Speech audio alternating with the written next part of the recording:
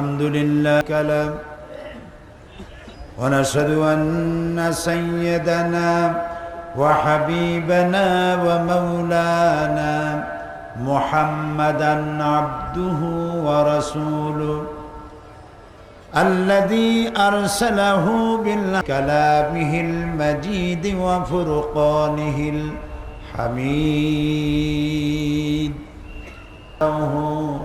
يصلون على النبي اللهم صل على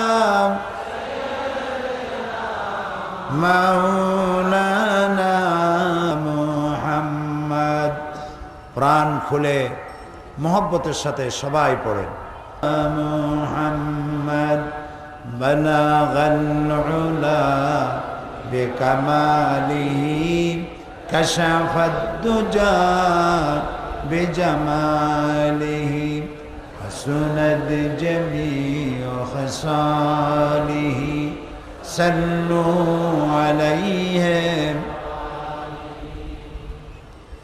मुझे कुछ मिले या न मिले मोहम्मद मिले यानी वो शई जिससे अल्लाह मिले बलागल उला बिकमाल के तू लोह कलम तक पहुँचा और मेरी मेराज है कि मैं तेरे कदम तक पहुँचा बलागल उला बिकमालिही कशफत दुजा बिजमालिही हसनत जमीउ खसालिही सल्लु अलैहि।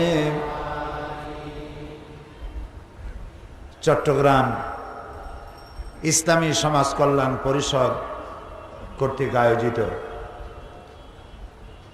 ঐতিহাসিক 5 দিন ব্যাপী তাফসীরুল কোরআন মাহফিলের 27তম বার্ষিকী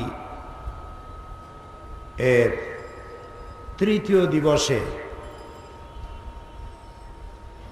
যে আল্লাহ রাব্বুল আলামিন আমাদেরকে এখানে উপস্থিত করেছেন, সভাপতিত্ব করছেন শেখুল হাদিস,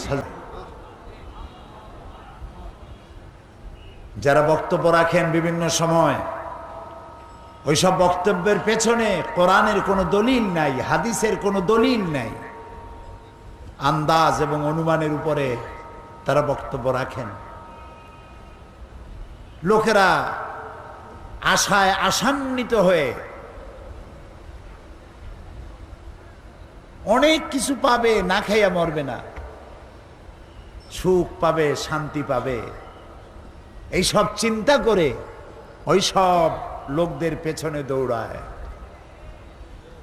চিত্রটা কোরআন শরীফে আল্লাহ তাআলা কি সুন্দর ফুটিয়ে তুলেছেন। ওয়াল্লাযীনা কাফারু আমালুহুম কাসারাবিন বাকিয়াতিন ইয়াহসাবুহু যামআনু মা, যারা নাকি মহাসত্যের অস্বীকারী তাদের আমলটা হচ্ছে এরকম যেন মরুচারী তৃষ্ণার্ত ব্যক্তি মরুভূমির উপর থেকে চলতে গিয়ে যখন আকণ্ঠ তৃষ্ণার্ত হয়, পিপাসার্ত হয়, তখন সে সামনে দেখে পানির মতো। আমাদের দেশ মরুভূমি না হলেও রাস্তায় কিন্তু মরিচিকা দেখা যায়। চট্টগ্রামের ভাইয়েরা, আপনারা কি মরিচিকা দেখছেন? ওনারা আর কথা ন বুঝো। এই যে রাস্তার উপরে চলতে গিয়ে দূরে দেখা যায় পানি চিকচিক করছে, আসলে কি পানি? এটারে কি বলে? আল্লাহ রাব্বুল আলামিন বলেন,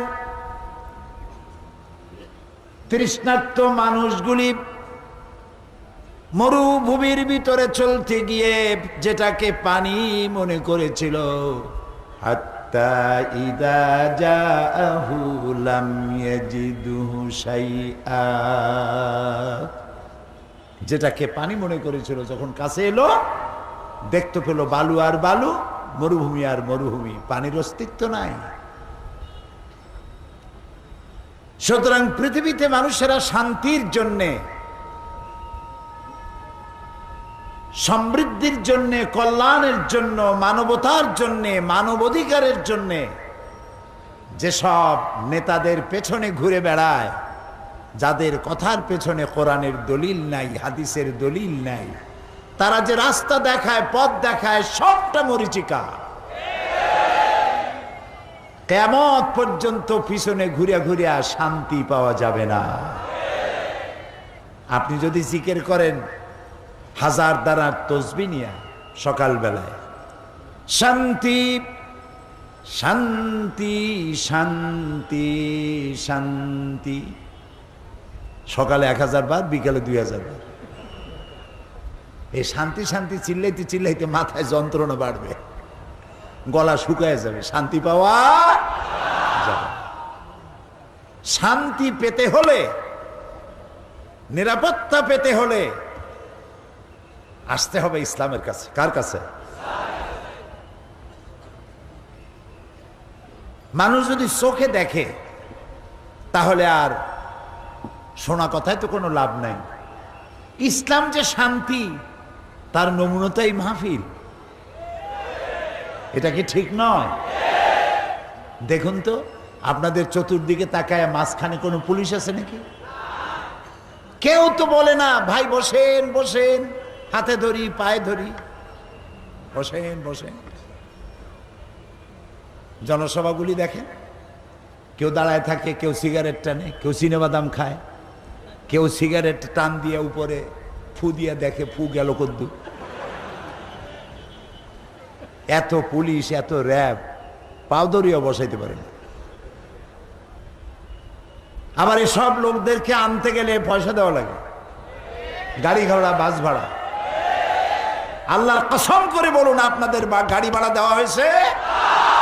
রিক্সা ভাড়া, বাস ভাড়া?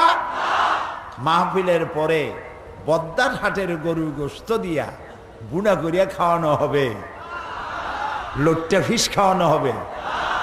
এর কোনো সম্ভাবনা আছে? লোট্টা ফিশ, লাটকা মাছ, বদ্দার হাটের গরুর গোশত তো ভালো, একটা চকলেটও দেব না। পকেটের পয়সা খরচ করিয়া মানুষেরা এসে কিভাবে বসে আছে দেখেন তো তাকাইয়া। সুবহানাল্লাহ করতে ইচ্ছে করে না? এর নাম শান্তি, এর নাম ইসলাম। বেটারা আমাদের কি মানবাধিকার শিখাও, তাই না? নির্বাচনের বাতাস বইতেছে দেশে। অবশ্য আমি নির্বাচনী বক্তৃতা করতে আসিনি, কথার কথা বলছি। নির্বাচনী বাতাস শুরু হয়ে গেছে না? বসন্তের পাখিরা উড়ে আসতেছে ইউরোপ থেকে, আমেরিকা থেকে, আমাদেরকে নসিহত খয়রাত করে। দুঃখে হাসবো না কানবো বুঝে আসে না। ইরাকের মতো একটা শান্তিপূর্ণ স্বাধীন দেশকে ভাঙ্গা চুরিয়া গণতন্ত্রের কুলখানি আর 40-এ পড়িয়া আমাদের গণতন্ত্র শিখাও। আফগান ধ্বংস করেছ, ইরাক ধ্বংস করেছ, চেচনিয়া বসনিয়া ধ্বংস করেছ, মানবাধিকার দুপায় দলিত মতিত করে শেষ করেছ। আমাদের শিখাইতে আইসো না, আমাদের কাছ থেকে শিখে যাও। সমাজ বিনির্মাণে, অর্থনৈতিক সমৃদ্ধি, মানুষে মানুষে ভালোবাসা, প্রীতি, প্রেম। হিন্দু, মুসলমান, খ্রিস্টান, বৌদ্ধ একসাথে বাস করে কেমনে? পূজা আর রোজা একসাথে রাখে কেমনে? আমেরিকা, ইউরোপ, বাংলাদেশ থেকে শিক্ষা গ্রহণ করে যাও।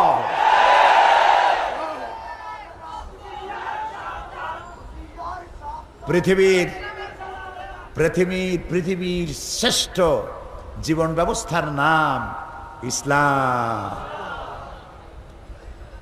লাকাল হামদু বিল ঈমান, পড়েন, লাকাল হামদু বিল ঈমান ওয়া লাকাল হামদু বিল কুরআন ওয়া লাকাল হামদু বিল ইসলাম। আমার মনিব, আমার রব, আমরা সেজদায় মাথা নত করি, তুমি আমাদের মুসলমান বানাইছো। তোমার দরবারে লাখো কোটি সুজুদ, কোরআনের মতো কিতাব দিয়েছো। তোমার দরবারে বিনীতভাবে মাটিতে কপাল ঘষি সেজদা দেই তোমারে। মুহাম্মদ সাল্লাল্লাহু আলাইহি সাল্লামের মতো একজন মহানবী দয়া করে তুমি আমাদের দিয়েছো। আমি ধন্য, আমার জাতি ধন্য, আমার দেশ ধন্য, গোটা বিশ্ব ধন্য। ইসলাম যদি পৃথিবীতে না আসতো, শুনতে একটু কঠিন মনে হতে পারে, কিন্তু তারপরে আমি বলবো, কারণ সত্য কথা বলতে পিছপা হওয়ার লোক আমি নই। ইসলাম যদি আল্লাহ দুনিয়ায় না দিতেন, এই পৃথিবীতে মানুষ বাসের উপযোগী হতো না, পৃথিবী হতো জানোয়ার বসবাসের উপযোগী। ইসলাম দিয়ে মানুষকে প্রীতি, প্রেম আর ভালোবাসা দিয়ে আল্লাহ তাআলা ভরে দিয়েছেন দুনিয়া। সুবহানাল্লাহ। এই পৃথিবীকে আল্লাহ সাজাইছেন, মানুষ আসার আগেই মানুষের বসবাসের উপযোগী করে এই দুনিয়া আল্লাহ তৈরি করেছেন। গাছপালা, নদ নদী, এটা নয় যে মানুষ আসার পরে আল্লাহ গাছ লাগাইছে, তারপরে নদী বানাইছেন, তারপরে পাহাড়। না, মানুষ পাঠাবার আগেই মানুষের বসবাসের উপযোগী করে আল্লাহ তাআলা এই পৃথিবী সুন্দর করে সাজিয়ে গুছিয়ে রেখেছেন। পাহাড় দিয়ে, পর্বত দিয়ে, নদ দিয়ে, নদী দিয়ে, সমুদ্র দিয়ে, মহাসমুদ্র দিয়ে, মরুভূমি দিয়ে, সব দিয়ে সাজিয়েছেন। হয়তো কোনোটা বুঝি, এর কারণ কি, হয়তো কোনোটা বুঝি না। আল্লাহ তাআলা বলেন, ইন্না ফি খালকিস সামাওয়াতি ওয়াল আরদি ওয়া ইখতিলাফিল লাইলি ওয়ান নাহার লাআয়াতিন লিউলিল আলবাব। নিশ্চয়ই আকাশ এবং জমিনের সৃষ্টির ব্যাপারে, রাত এবং দিনের পরিবর্তনের ব্যাপারে রয়েছে আমার অসংখ্য নিদর্শন। কাদের জন্য? যারা বুদ্ধিমান, যারা জ্ঞানী। জ্ঞানী কারা? এর ব্যাখ্যা আসতেছে কোরআনের আর এক আয়াতে। কোরআনের ব্যাখ্যা কোরআন নিজেই। সুবহানাল্লাহ। কোরআনের ব্যাখ্যা কোরআন নিজেই। আল্লাহ তাআলা বলছেন যারা জ্ঞানবান তাদের জন্য নিদর্শন। এখন জ্ঞানী কারা? বুদ্ধি কাদের আছে? বুদ্ধিমান কারা? আমাদের মতো আন্দাজে চিন্তা করলে হবে না। আমরা মনে করি বুদ্ধিজীবী হলো ওরা 5-6 মাস চুল টুল কাটে নাই, মোস্টস বাইয়া পড়ছে, পাটের একটা দড়ির লম্বা ব্যাগ কান্দে ঝুলানো, কানা ফাড়া জামা মাটি দিয়ে টানতে টানতে আনে। একটা বুদ্ধিজীবী বুদ্ধিজীবী ভাব, মাথায় চুল টুল নাই, মনে হয় যেন কোনো প্লেন ছাড়াই শূন্য ইন্টারন্যাশনাল এয়ারপোর্ট। এরা আসল বুদ্ধিজীবী নয়। বুদ্ধিজীবীর সংজ্ঞা পরবর্তী আয়াতে আল্লাহ দিচ্ছেন। উলুল আলবাব কারা? আল্লাযীনা ইয়াযকুরুনাল্লাহা কিয়ামান ওয়া কুউদান ওয়া আলা জুনুবিহিম ওয়া ইয়াতাফাক্কারুনা ফি খালকিস সামাওয়াতি ওয়াল আরদ। ওরাই হলো বুদ্ধিমান,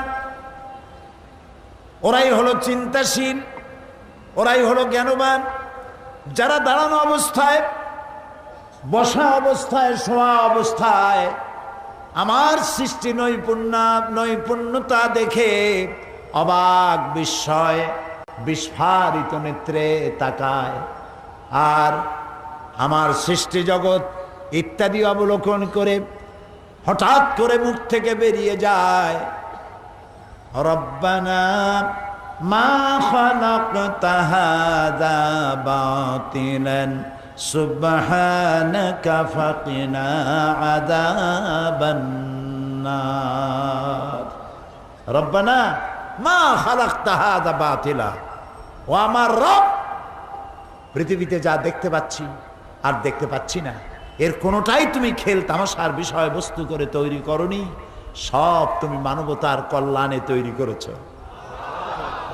বিজ্ঞানীরা বলেছেন হিমালয়ের অত্যুচ্চ শিখর থেকে শুরু করে মহাকাশের মহাশূন্যে যা কিছু আছে সেখান থেকে শুরু করে মহাসাগরের অতল তলদেশ পর্যন্ত যেখানে যা কিছু দেখি আর দেখি না, সব মানব সেবায় নিয়োজিত, মানবের কল্যাণে নিয়োজিত। সুবহানাকা, আল্লাহ তোমার প্রশংসা করি। ফাকিনা আযাবান নার, আল্লাহ তুমি আমার জাহান্নামের আগুন থেকে আমাকে তুমি রক্ষা করো। আমি যেন না শকর না হই, আমি যেন তোমার কৃতজ্ঞতা স্বীকারকারী বান্দায় পরিণত হয়ে যাই। বলি আল্লাহুম্মা আজিরনা মিনান নার, আল্লাহুম্মা আজিরনা মিনান নার, আল্লাহুম্মা আজিরনা মিনান নার। আল্লাহ তাআলা দয়া করে বিশ্ব সৃষ্টি করেছেন এবং এই বিশ্বকে সাজিয়েছেন মানব গোষ্ঠী দিয়ে। সেই মানব গোষ্ঠী যেন পৃথিবীতে শান্তিতে থাকতে পারে। প্রিয় ভাই সব, মুসলমান মানে গরিব, মুসলমান মানে তার বাড়ি থাকতে নাই, গাড়ি থাকতে নাই। মুসলমান মানে হলো ছেঁড়া জামা, গামছা, ছেঁড়া লুঙ্গি, বউর ভালো শাড়ি থাকার দরকার নাই, ঘরের চাল দিয়া পানি পড়বে, থাকার জায়গা নাই, হোমলেস, স্টেটলেস। আল্লাহ কি এরকম চান? না। আল্লাহ রাব্বুল আলামিন মুসলমানদেরকে দোয়া শিখাইছেন। আমার কাছে দোয়া করো, রব্বানা আতিনা ফিদ দুনিয়া হাসানাতাও ওয়া ফিল আখিরাতি হাসানা। জানেন না? পড়েন, রব্বানা আতিনা ফিদ দুনিয়া হাসানাতাও ওয়া ফিল আখিরাতি হাসানা ওয়া কিনা আযাবান নার। আয় আমার রব, হে আমার প্রভু, আমাকে দুনিয়ায় সুখ শান্তি দাও, শান্তি দাও, সুখ দাও, সমৃদ্ধি দাও, এবং আখিরাতেও আমাকে সুখ আর শান্তি থেকে বঞ্চিত করো না, জাহান্নামের কঠিন শাস্তি থেকে আমাকে রক্ষা করো।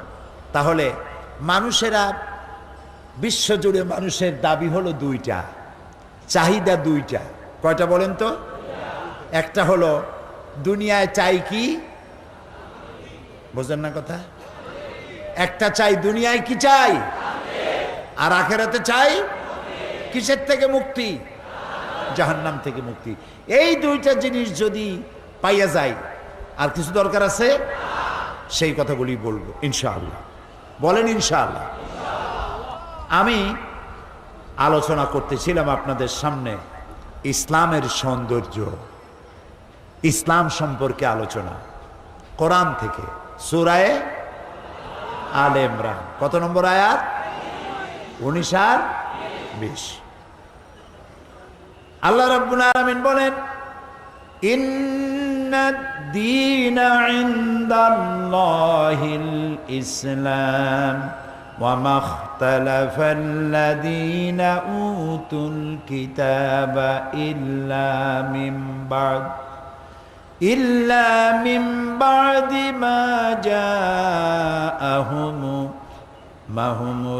ইলমু বাগিয়াম বাইনাহুম ওয়া মান ইয়াকফুর বিআয়াতিল্লাহি ফাইন্নাল্লাহা সারিউল হিসাব।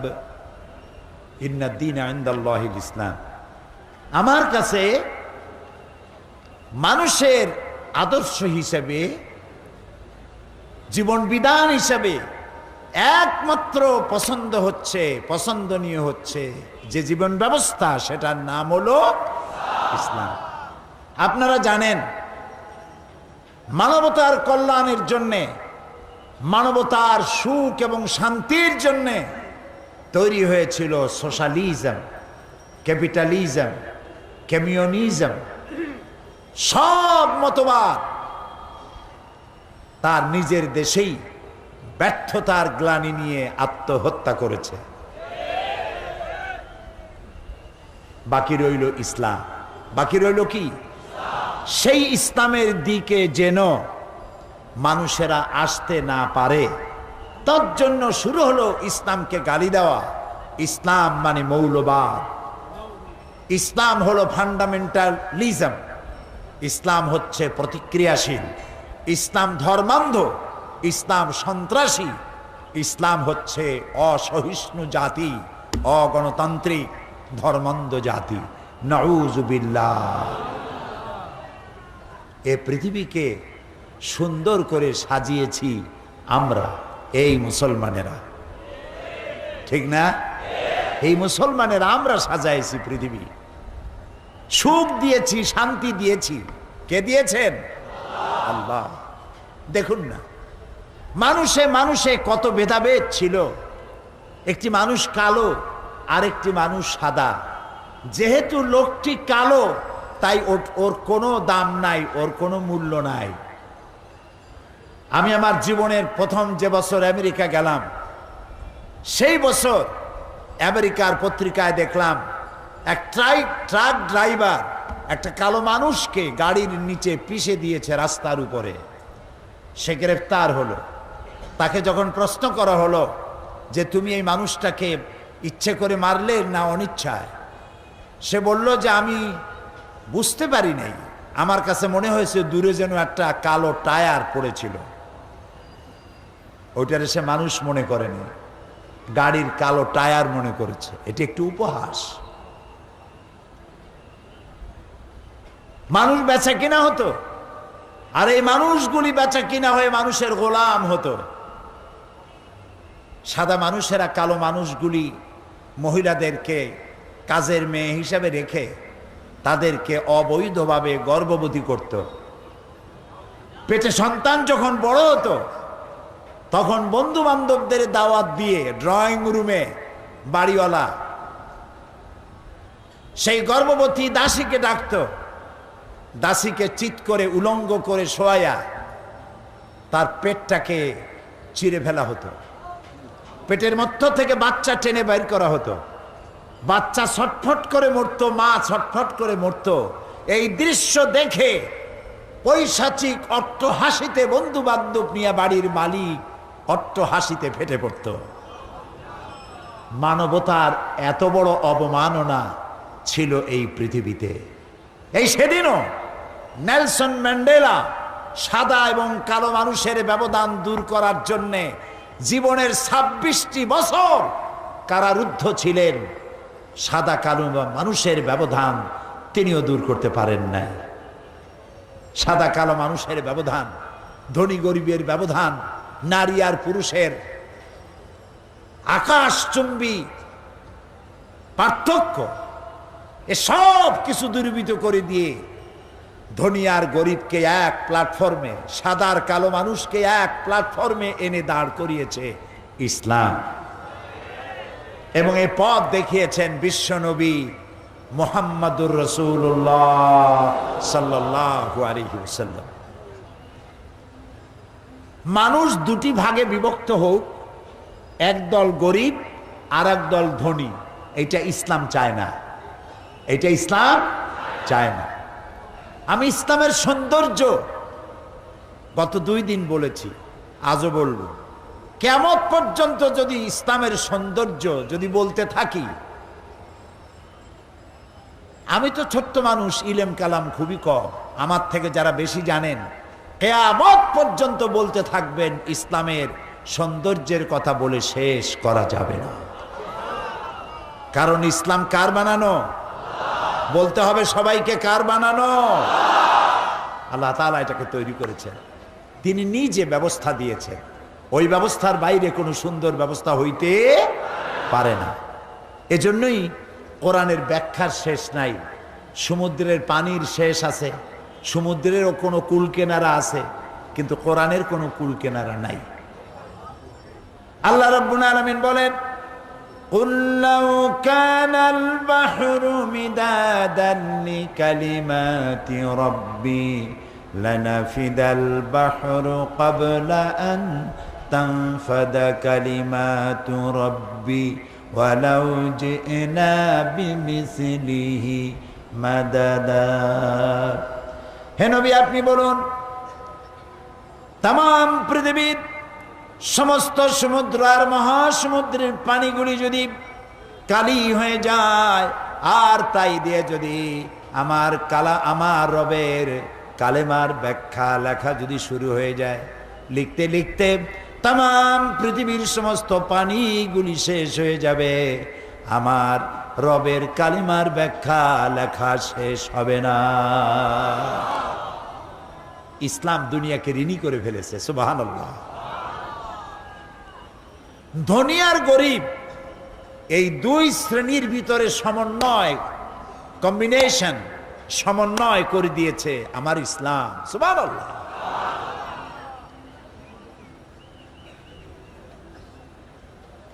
কারণ হচ্ছে কাদাল ফাকরু আন ইয়াকুনা কুফরা। নবী করিম সাল্লাল্লাহু আলাইহি ওয়াসাল্লাম বলেছেন, দারিদ্র মানুষকে কুফরির দিকে ঠেলে দেয়। যে ব্যক্তি ক্ষুধার্ত, তৃষ্ণার্ত, বস্ত্রহীন, তার কাছে পূর্ণিমার চাঁদ ঝলসানো রুটির মতোই মনে হয়। তার কাছে ধর্ম হয় টাকা, তার কাছে ধর্ম হয় রুটি, তার কাছে ধর্ম হয় ভাত, তার অন্য কোনো ধর্ম থাকে না। এই কথা আল্লাহর চাইতে কেউ ভালো বোঝে না। এই জন্যে আল্লাহ তাআলা সিস্টেমটা দেখুন কি সুন্দর। এই যে কোরআন, এটা কি দেখেন, শুরুতে আল্লাহ কি বলছেন, একদম শুরু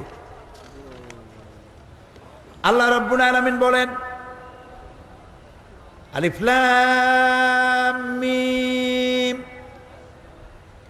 যালিকাল কিতাবু লা রাইবা ফীহি হুদাল লিল মুত্তাকিন আল্লাযীনা ইউমিনুনা বিল গায়বি ওয়া ইউকিমুনাস সালাতা ওয়া মিম্মা রাযাকনাহুম ইউনফিকুন।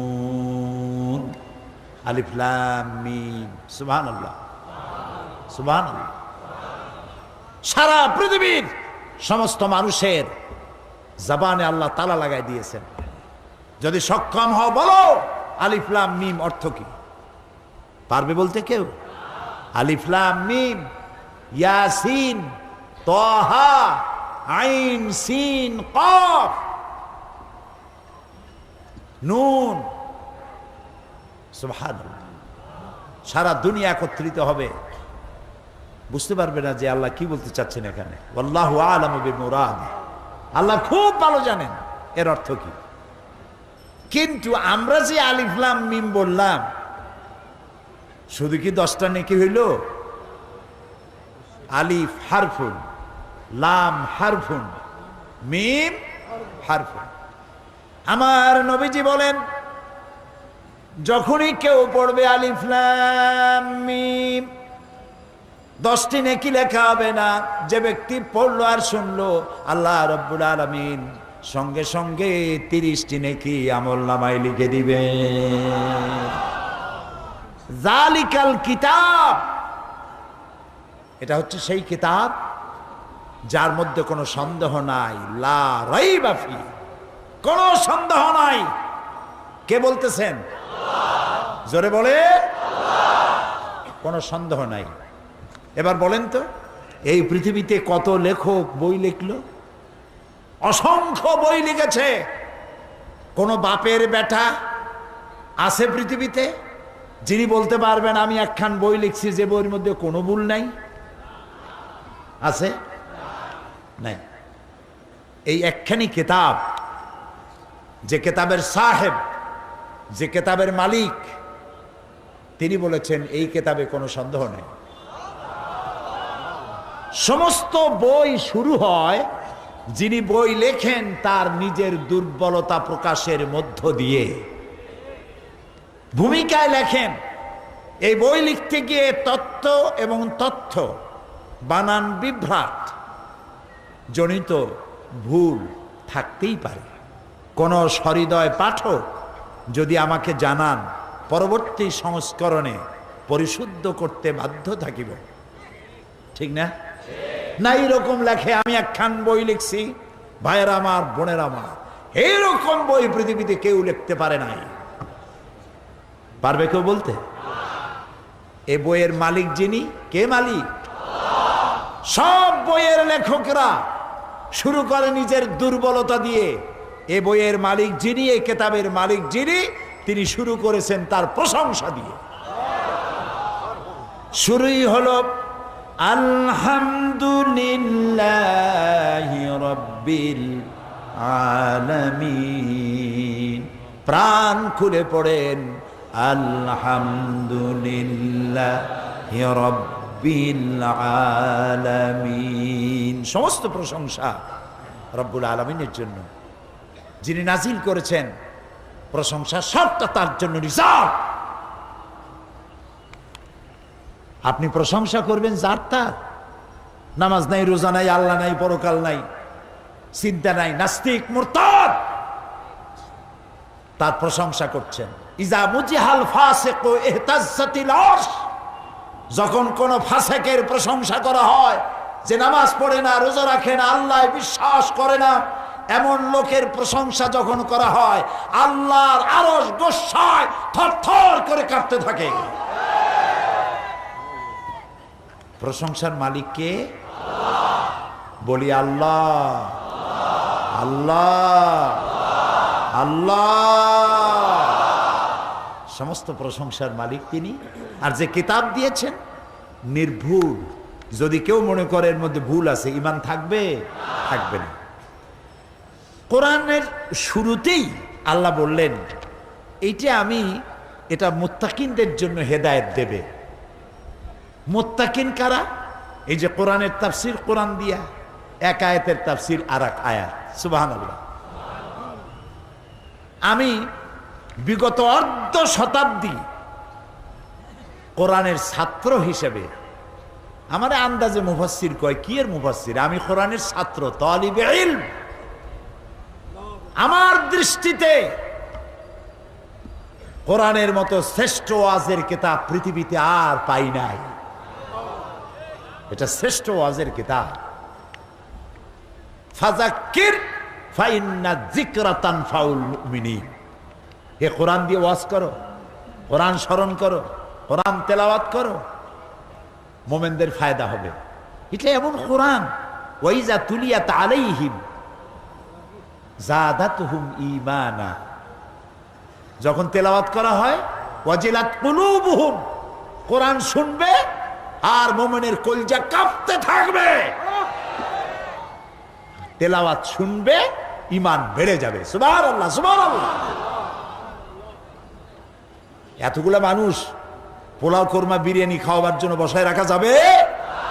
মানুষ কুকুর না যে খাবারের লোভে ঘন্টার পর ঘন্টা বসে থাকবে। এ মানুষ কোরআনের ভিখারি, কোরআনের কাঙ্গাল। আমি সেই জন্য বলি, কোরআনের তাফসীরের নাম শুনে যে জনতা ঢেউ নামে, আল্লাহর কসম সাইদির কোনো কেরামতি নাই। সবটা কেরামতি আল্লাহ তাআলার কোরআনের মুজিজা। কোরআন, কোরআন।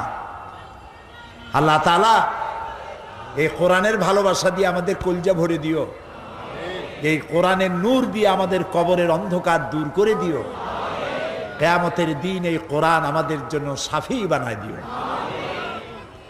আল্লাহ তাআলা বলছেন, দেখো, এটা মুত্তাকিনদের জন্য হেদায়েত দেবে। মুত্তাকি কারা? আল্লাযীনা ইউমিনুনা বিল গায়ব, যারা অদৃশ্যকে বিশ্বাস করেছে, ঈমান এনেছে। ওয়া ইউকিমুনাস সালাত, আর যারা নামাজ কায়েম করেছে। ওয়া মিম্মা রাযাকনাহুম ইউনফিকুন, আর তাকে যে আমি রিজিক দিয়েছি, ওই রিজিক থেকে সে খরচ করবে, যার নাই তারে দেবে। সুবহানাল্লাহ। কোরআনের শুরুতেই আল্লাহ গরিব মানুষের কথা স্মরণ করলেন, দরিদ্র মানুষের প্রতি এহসান করলেন। তুমি একা খাইও না, ওদেরকেও দিও। কোরআনে কারীমের মধ্যে আল্লাহ তাআলা যত জায়গায় বলেছেন আকিমুস সালাত, সম্ভবত তত জায়গায় বলেছেন ওয়াতুজ যাকাত। কারণটা কি?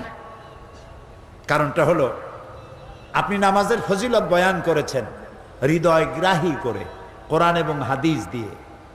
একটি লোক দুদিন না খাওয়া আপনার ওয়াজে নামাজের প্রতি আকৃষ্ট হয়েছে ঠিকই, উজু করে নামাজ পড়তে দাঁড়ায়ছে ঠিকই, কিন্তু তার পেটের মধ্যে ক্ষুধার যন্ত্রণা, তার চোখের সামনে বিবর্ণ স্ত্রীর চেহারা, ক্ষুধার্ত পেট তার স্ত্রীর, ছিন্ন বসনা স্ত্রী, কাপড় চোপড় ছেঁড়া, তার পেটে খাবার নাই। সন্তানগুলি ক্ষুধার জ্বালায় চক্ষু দুটো কোটারগত হয়েছে, তাদের ক্ষুধার আর্তনাদ তার কানের মধ্যে আসতে থাকে। ওর নামাজের মধ্যে খুশু খুদু হতে পারে না, আগ্রহ নামাজে বসতে পারে না। সে তো মানুষ, সে তো ফেরেশতা না। এই কথাটা আল্লাহ সব থেকে ভালো বুঝলেন। সুবহানাল্লাহ। এই জন্য আল্লাহ তাআলা বলেছেন আকিমুস সালাত ওয়া আতুজ যাকাত। তার অর্থই হলো নামাজ প্রতিষ্ঠা হতেই পারে না যাকাত ভিত্তিক অর্থ ব্যবস্থার সুষম বন্টন নীতি ব্যতিরেকে। ইকুয়াল ডিস্ট্রিবিউশন, ইনসাফ ভিত্তিক বন্টন ব্যবস্থা থাকতে হবে। সবার কাছে খাবার পৌঁছে দিতে হবে। আপনারা কি মনে করেন এই বক্তব্যটা কোনো দার্শনিক বা রাজনৈতিক নেতার, যে মানুষের? না, আগেই না কোন কেন, শুনিয়ে তো নেবেন। তবে আমি জানি আপনারা রোদের চাইতে বালি গরম, আপনারা খুব ভালো বোঝেন, সেই জন্য প্রশ্ন করার আগেই জবাব দিয়ে বসেন। ভালো, এটা উন্নত কোয়ালিটি, আলহামদুলিল্লাহ। মানুষের পেটের ক্ষুধার কথা আল্লাহ তাআলা খুব ভালো বুঝেন, নবী করিম সাল্লাল্লাহু আলাইহি সাল্লাম ভালো বুঝেন। সেই জন্য নামাজ প্রতিষ্ঠার সাথে সাথে যাকাতের কথা বলা হয়েছে, যাতে করে মানুষের কাছে খাবারটা দুয়ারে দুয়ারে পৌঁছে যায়, প্রত্যেকের জন্য খাবারটা পায়। এই কথাটা কোনো দার্শনিক বা রাজনৈতিক নেতার কথা নয়, যে খাদ্য, বস্ত্র, শিক্ষা, চিকিৎসা, বাসস্থান মানুষের মৌলিক অধিকার। এই যে কথাগুলি আপনারা শুনছেন না, এটা পৃথিবীর কোন দার্শনিক, কোন রাজনৈতিক নেতা বলে নাই। এই কথা পৃথিবীর বুকে সর্বপ্রথম বলেছেন বিশ্বনবী রাহমাতুল লিল আলামিন জনাবে মুহাম্মদ রাসূলুল্লাহ সাল্লাল্লাহু আলাইহি ওয়াসাল্লাম। তিনি সর্বপ্রথম এই কথা বলেছেন দুনিয়ার মানুষের সামনে। প্রত্যেকটি বনি আদম, মুসলমানের কথা বলেন নাই, প্রত্যেকটি আদম সন্তানের খাদ্য, বস্ত্র, শিক্ষা, চিকিৎসা, বাসস্থান এগুলি হচ্ছে ফান্ডামেন্টাল রাইটস, মৌলিক মানব অধিকার। এ অধিকার তাকে দিতে হবে, প্রত্যেককেই দিতে হবে। এ অধিকার আদায় করে দিতে হবে, প্রত্যেকের খাবার ঘরে ঘরে পৌঁছে দিতে হবে। এই জন্য আল্লাহ তাআলা যাকাতের বিধান করেছেন। এই যাকাত শুধুমাত্র নবী করিম সাল্লাল্লাহু আলাইহি সাল্লামের জামানায় ছিল না, সব নবীদের উপরে যাকাত আদায় করা আল্লাহ তাআলা ফরজ করে দিয়েছিলেন। وَجَعَلْنَاهُمْ أَئِمَّةً يَهْدُونَ بِأَمْرِنَا وَأَوْحَيْنَا إِلَيْهِمْ فِعْلَ الْخَيْرَاتِ وَإِقَامَ الصَّلَاةِ وَإِيتَاءِ الزَّكَاةِ وَكَانُوا لَنَا عَابِدِينَ।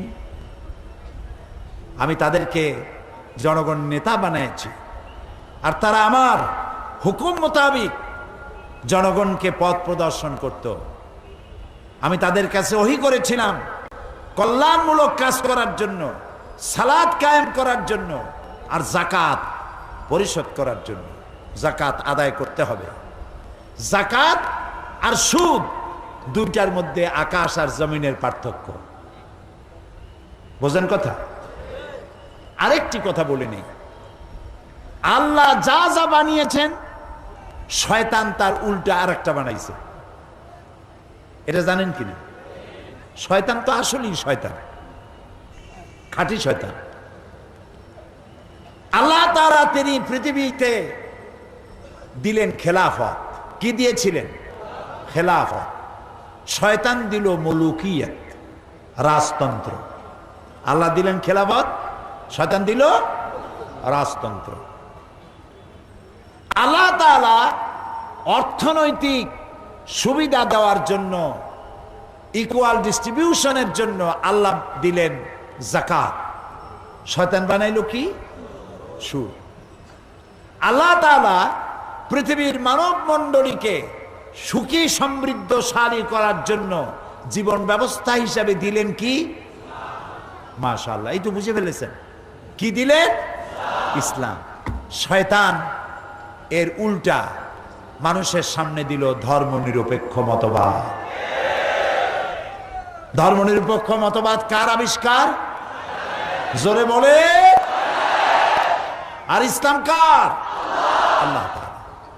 আল্লাহ তাআলা তিনি দিলেন ইসলাম, আর শয়তান দিল ধর্মনিরপেক্ষ মতবাদ। তো আল্লাহ রাব্বুল আলামিন কোরআনে কারীমের মধ্যে যাকাতের কথা বলেছেন। যাকাত আদায় করতে হবে। আকিমুস সালাত ওয়া আতুজ যাকাত, নামাজ প্রতিষ্ঠা করো আর যাকাত আদায় করো। এই যাকাত আদায় করবে সরকার, ডিস্ট্রিবিউট করবে সরকার। এখানে একটা সাইকোলজি আছে, মনস্তাত্ত্বিক ব্যাপার আছে। মনস্তাত্ত্বিক ব্যাপারটা কি?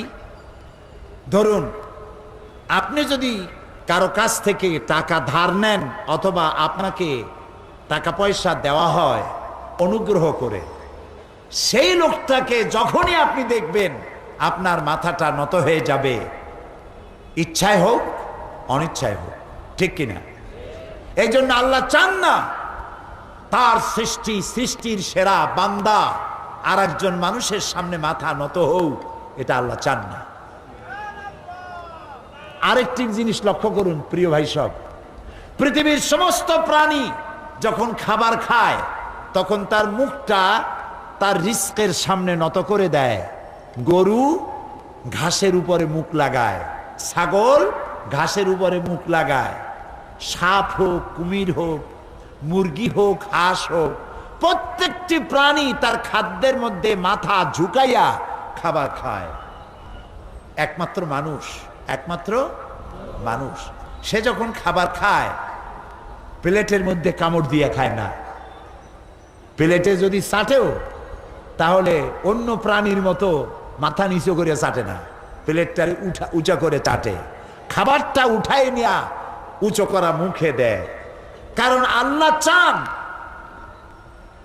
আমার সৃষ্টির সেরা মানুষ, ওর মাথা যেন রিজেকের সামনে নত না হয়, ওর মাথাটা নত হবে শুধুমাত্র রাজ্জাকের সামনে, আর কারো সামনে না। কাজী অনুগ্রহ দান এটি যেন মানুষের কাছ থেকে নিতে গিয়ে তার মাথা যেন নত না হয়, সেই জন্য এটাকে কালেকশন করবে সরকার। আর সরকারের কাছ থেকে টাকা নিতে কারো মন ছোট হয় না, কারণ আমি গভর্নমেন্টকে ট্যাক্স পে করি, গভর্নমেন্ট আমার টাকা দিয়ে চলে, আমার ভাইয়ের টাকা অন্যের টাকা দিয়ে, সুতরাং সে আমাকে সাহায্য করতে বাধ্য, সরকারের কাছে মাথা নত হয় না। এই জন্য যাকাত আদায় করবে কে? আর দিবে কে? সরকার। কোথায় পাইলাম এ কথা? কোরআন। কোথায় পেয়েছি? আল্লাহ রাব্বুল আলামিন বলেন, আল্লাযীনা ইম্মাক্কান্নাহুম ফিল আরদি আকামুস সালাত ওয়া আতাউয যাকাত ওয়া আমারু বিল মা'রুফি ওয়া নাহাউ আনিল মুনকার ওয়ালিল্লাহি আকিবাতুল উমুর। আল্লাযীনা ইম্মাক্কান্নাহুম ফিল আরদ, আমি যদি মুমিনদের ক্ষমতা দেই, মুমিনেরা যদি কখনো ক্ষমতায় আসে, 4 দফা কাজ করবে। কয় দফা? 4 দফা। আল্লাহ কিন্তু 2টাই বলেছেন, মোমেনরা ক্ষমতায় আসলে কি করবে, আর শয়তানেরা ক্ষমতায় আসলে কি করবে, দুটো আল্লাহ বলছেন। যারা আল্লাহর নাফরমান, যারা ইসলামকে বরদাস্ত করতে পারে না, ধর্ম নিরপেক্ষ মতবাদের গোলাম, ওরা যদি ক্ষমতায় আসে 2 দফা কাজ করবে। সূরা বাকারা কয় দফা? 2 দফা। 1 নম্বর কাজ তারা করবে, তারা হার্স এবং নসল, জমিনের ফসল নষ্ট করবে আর নসল নষ্ট করবে, বংশানুক্রমে মানুষ হত্যা করবে, আর সমাজের সব থেকে সম্মানিত ব্যক্তিদেরকে বেইজ্জত করবে। এটা হলো তাদের 2 দফা। কে বলেছেন? কে বলেছেন? আল্লাহ রাব্বুল আলামিন বলেন, আমার মুমিন বান্দারা তারা যদি ক্ষমতায় আসে 4 দফা কাজ তারা করবেন। প্রথম নম্বরে, ক্ষমতায় এসেই তারা জাতির জন্য নামাজ বাধ্যতামূলক করে দেবে। সুবহানাল্লাহ। তার অর্থ এই নয় যে হিন্দুদেরও নামাজ পড়া লাগবে, না, মুসলমান যারা নামাজ পড়তে তারা বাধ্য, এটি গভর্নমেন্ট অর্ডার করবে। ধর্মনিরপেক্ষ মতবাদের সাথে এখানে পার্থক্য এই, তারা বলে ধর্ম যার যার নিজের ব্যাপার, যার খুশি সে নামাজ পড়বে, রোজা রাখবে, এটা তার ব্যাপার, এটার সাথে রাষ্ট্রের কোনো সম্পর্ক নাই। এই কথা সম্পূর্ণ কোরআনের খেলাফ। কোরআন বলছে রাষ্ট্র, কোরআন বলছে রাষ্ট্র নামাজ বাধ্যতামূলক করবে। কে বলছে? আল্লাহ। কি হবে তাতে? সুবহানাল্লাহ। কি হবে তাতে দেখেন, নামাজ বাধ্যতামূলক হবে। বেলা 1টার সময় সরকারের পক্ষ থেকে ঘোষণা থাকবে, বেলা 1টায় সমস্ত কলেজ, বিশ্ববিদ্যালয়, মাদ্রাসা, শিক্ষা প্রতিষ্ঠান, কল কারখানা, অফিস, আদালত বেলা 1টা থেকে 1:30 আধা ঘন্টার জন্য বিরতি, নামাজ পড়বে আর আহার গ্রহণ করবে। নামাজ বাধ্যতামূলক। এখন চিন্তা করেন, চট্টগ্রামের ডিসি, সাপোজ দৃষ্টান্তমূলক কথা, আজান হয়ে গেছে, অফিসিয়াল কাজ স্টপ, বন্ধ করে দেবেন। উনি ওনার অফিসারদের নিয়ে মসজিদে গমন করবেন, ইমামতি করবেন ডিসি সাহেব নিজে। এসপি সাহেব তার অফিস বন্ধ করে দিয়ে পুলিশদের নিয়ে জামাতে ইমামতি করবেন। র্যাবের প্রধান বেলা 1টার সময় তার সমস্ত বাহিনী নিয়ে যিনি যেখানে অফিসার তিনি ইমামতি করবেন। থানায় দারোগা ইমামতি করবেন। এমপি তার এলাকার লোকদের ইমামতি করবেন। মন্ত্রী তার অফিস বন্ধ করে তার সচিবদের নিয়ে, তার জয়েন্ট সেক্রেটারি, এডিশনাল সেক্রেটারি সবাই নিয়ে নামাজের ইমামতি তিনি করবেন। বিশ্ববিদ্যালয়ের ভাইস চ্যান্সেলর তিনি বিশ্ববিদ্যালয় বন্ধ করে দিয়ে ছাত্র ছাত্রী, শিক্ষক শিক্ষয়িত্রীদের ইমামতি করবেন। সময় কতটুক? আধা ঘন্টা। নামাজ পড়ে খান, খাই আবার চেয়ারে গিয়ে বসেন। এবার দেখুন, ইসলামগত বিজ্ঞান সম্মত যে এসপি, যে ডিসি নামাজের ইমামতি করে তার অফিসের লোকদের সামনে, যে ভাইস চ্যান্সেলর ইমামতি করে তার ছাত্র ছাত্রী আর শিক্ষক শিক্ষয়িত্রীর সামনে, এই বিশ্ববিদ্যালয় দিয়ে মাস্তান, গুন্ডা আর চাঁদাবাজ, ধর্ষণকারী ছাত্র বেরোতে পারে কি? যে পুলিশ, যে এমপি, যে মন্ত্রী ইমামতি করার যোগ্যতা রাখেন, তার অফিসের ভিতরে ঘুষ পিটাইয়াও খাওয়ানো যাবে? যাবে না। এই কথাটাই আল্লাহ তাআলা বলেছেন, ইন্না সালাতা তানহা আনিল ফাহশাই ওয়াল মুনকার। নামাজ মানুষকে সকল প্রকারের পাপাচার আর অশ্লীলতা থেকে আল্লাহ তাআলা রক্ষা করে। সুবহানাল্লাহ। নামাজ বাঁচাইয়া দেয়। সেই নামাজ বাধ্যতামূলক করা হবে যদি, শর্তই হচ্ছে শরীর পাক, কাপড় পাক, জায়গা পাক। দেখুন শরীর পাক, সাবান দিয়া গোসল করলেই শরীর পাক বাইরের দিক থেকে হলো, কিছু গোশের টাকা দিয়া বর্দার হাটের গরুর গোস্ত চর্বিওয়ালা বাইসা বাইসা খাইছেন, বড় বড় পাঙ্গাস মাছ রূপচান্দা ঘুষের টাকা দিয়ে কিনা খাইছেন, লাখ সাবান দিয়া শরীর পরিষ্কার করেছেন, কিন্তু ভেতরের রক্তটা অপবিত্র রয়েই গেছে। জামা গায়ে দিয়েছেন ফ্রেশ পরিষ্কার পরিচ্ছন্ন, তারপরে স্প্রে করেছেন আতর, হাজারে আসওয়াদে যে আতর লাগানো হয় সেইটা মাখছেন, কিন্তু জামাটা কিনেছেন ঘুষের টাকা দিয়া, হারাম পয়সা দিয়ে। জামা পাক হয়েছে উপর থেকে, ভেতরটা না পাক রয়েই গেছে। এরপরে জায়গাটা পাক হতে হবে। নামাজের জন্য আপনি জবরদখল করেছেন, রেলওয়ের জায়গা নিয়ে নিয়েছেন, পিডব্লিউডির জায়গা নিছেন, সরকারের জায়গা নিছেন, এতিমের জায়গা দখল করার জন্য মসজিদ বানাইছেন, মসজিদ হয় নাই, ঘর হইছে, মসজিদ হয় নাই, জায়গা পাক হয় নাই। নামাজ আর সমাজে কত মিল দেখছেন? সুবহানাল্লাহ বলবেন না? নামাজ দিয়ে সমাজ গঠন করা হয়। রাসূলুল্লাহ এই নামাজ কায়েম করেছিলেন সমাজে। আমার নামাজের ওয়াজ করার আজকের উদ্দেশ্য নয়। মোমেন ব্যক্তিরা ক্ষমতায় এলে কয় দফা কাজ করবে? 1 নম্বরে কি? 2 নম্বরে যাকাত, যাকাত আদায় করবে। এই যাকাত সরকার আদায় করবে, সরকার বিতরণ করবে। যেহেতু এখন ইসলামী সরকার নাই, সেহেতু জনগণ নিজেরা যাকাত দেয়। কিভাবে দেয়? যাকাতে শাড়ি আর লুঙ্গি কেনে, আর খবর দেয় আমার বাড়িতে যাকাত বিতরণ হবে, আপনারা নিতে আসবেন। এটি একটি এক্সিবিউশন। শত শত মানুষ, গরিব মানুষ যাকাতের শাড়ি আর লুঙ্গি নিতে এসে মানুষের পদপৃষ্ঠে বহু লোক মারা যায়। এমন ঘটনা বাংলাদেশে একাধিকবার ঘটেছে, ঠিক না?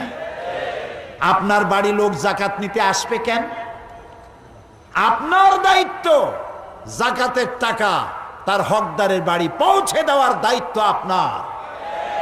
কারণ গরিব আপনার করুণার পাত্র নয়। ওয়াফি আমওয়ালিহিম হাক্কুল লিসাইলি ওয়াল মাহরুম। আল্লাহ রাব্বুল আলামিন বলেন, ধনীদের সম্পদের ভিতরে গরিবদের অধিকার রয়েছে। এ গরিব মানুষগুলি তোমার করুণার পাত্র নয়, ওদের অধিকার আদায় করে দাও। সেই যাকাতের টাকা শাড়ি আর লুঙ্গি নয়, মোস্ট আনসাইন্টিফিক। রাসূলুল্লাহ কি দিয়েছিলেন? এক ভিক্ষুক এলো, রাসূলের আদত মোবারক দেখেন। রাসূলুল্লাহর কাছে কেউ কোনো জিনিস চাইতে এলে তিনি কখনো না শব্দ জীবনেও বলেন নাই। সুবহানাল্লাহ কইতে ইচ্ছা করে না? পকেটে হাত দিয়া যদি কিছু থাকতো দিতেন, না থাকলে বলতেন তুমি আবার এসো, দেব না, এই কথা কোনো দিন বলেন নাই। সুবহানাল্লাহ। এক ব্যক্তি এলো, হে রাসূল আমি না খাওয়া, আমার আল্লাহর রাস্তে খয়রাত দেন। রাসূলুল্লাহ ভিক্ষা দিছিলেন? জিজ্ঞেস করলেন তোমার আছে কি? লোকটা কি বলল?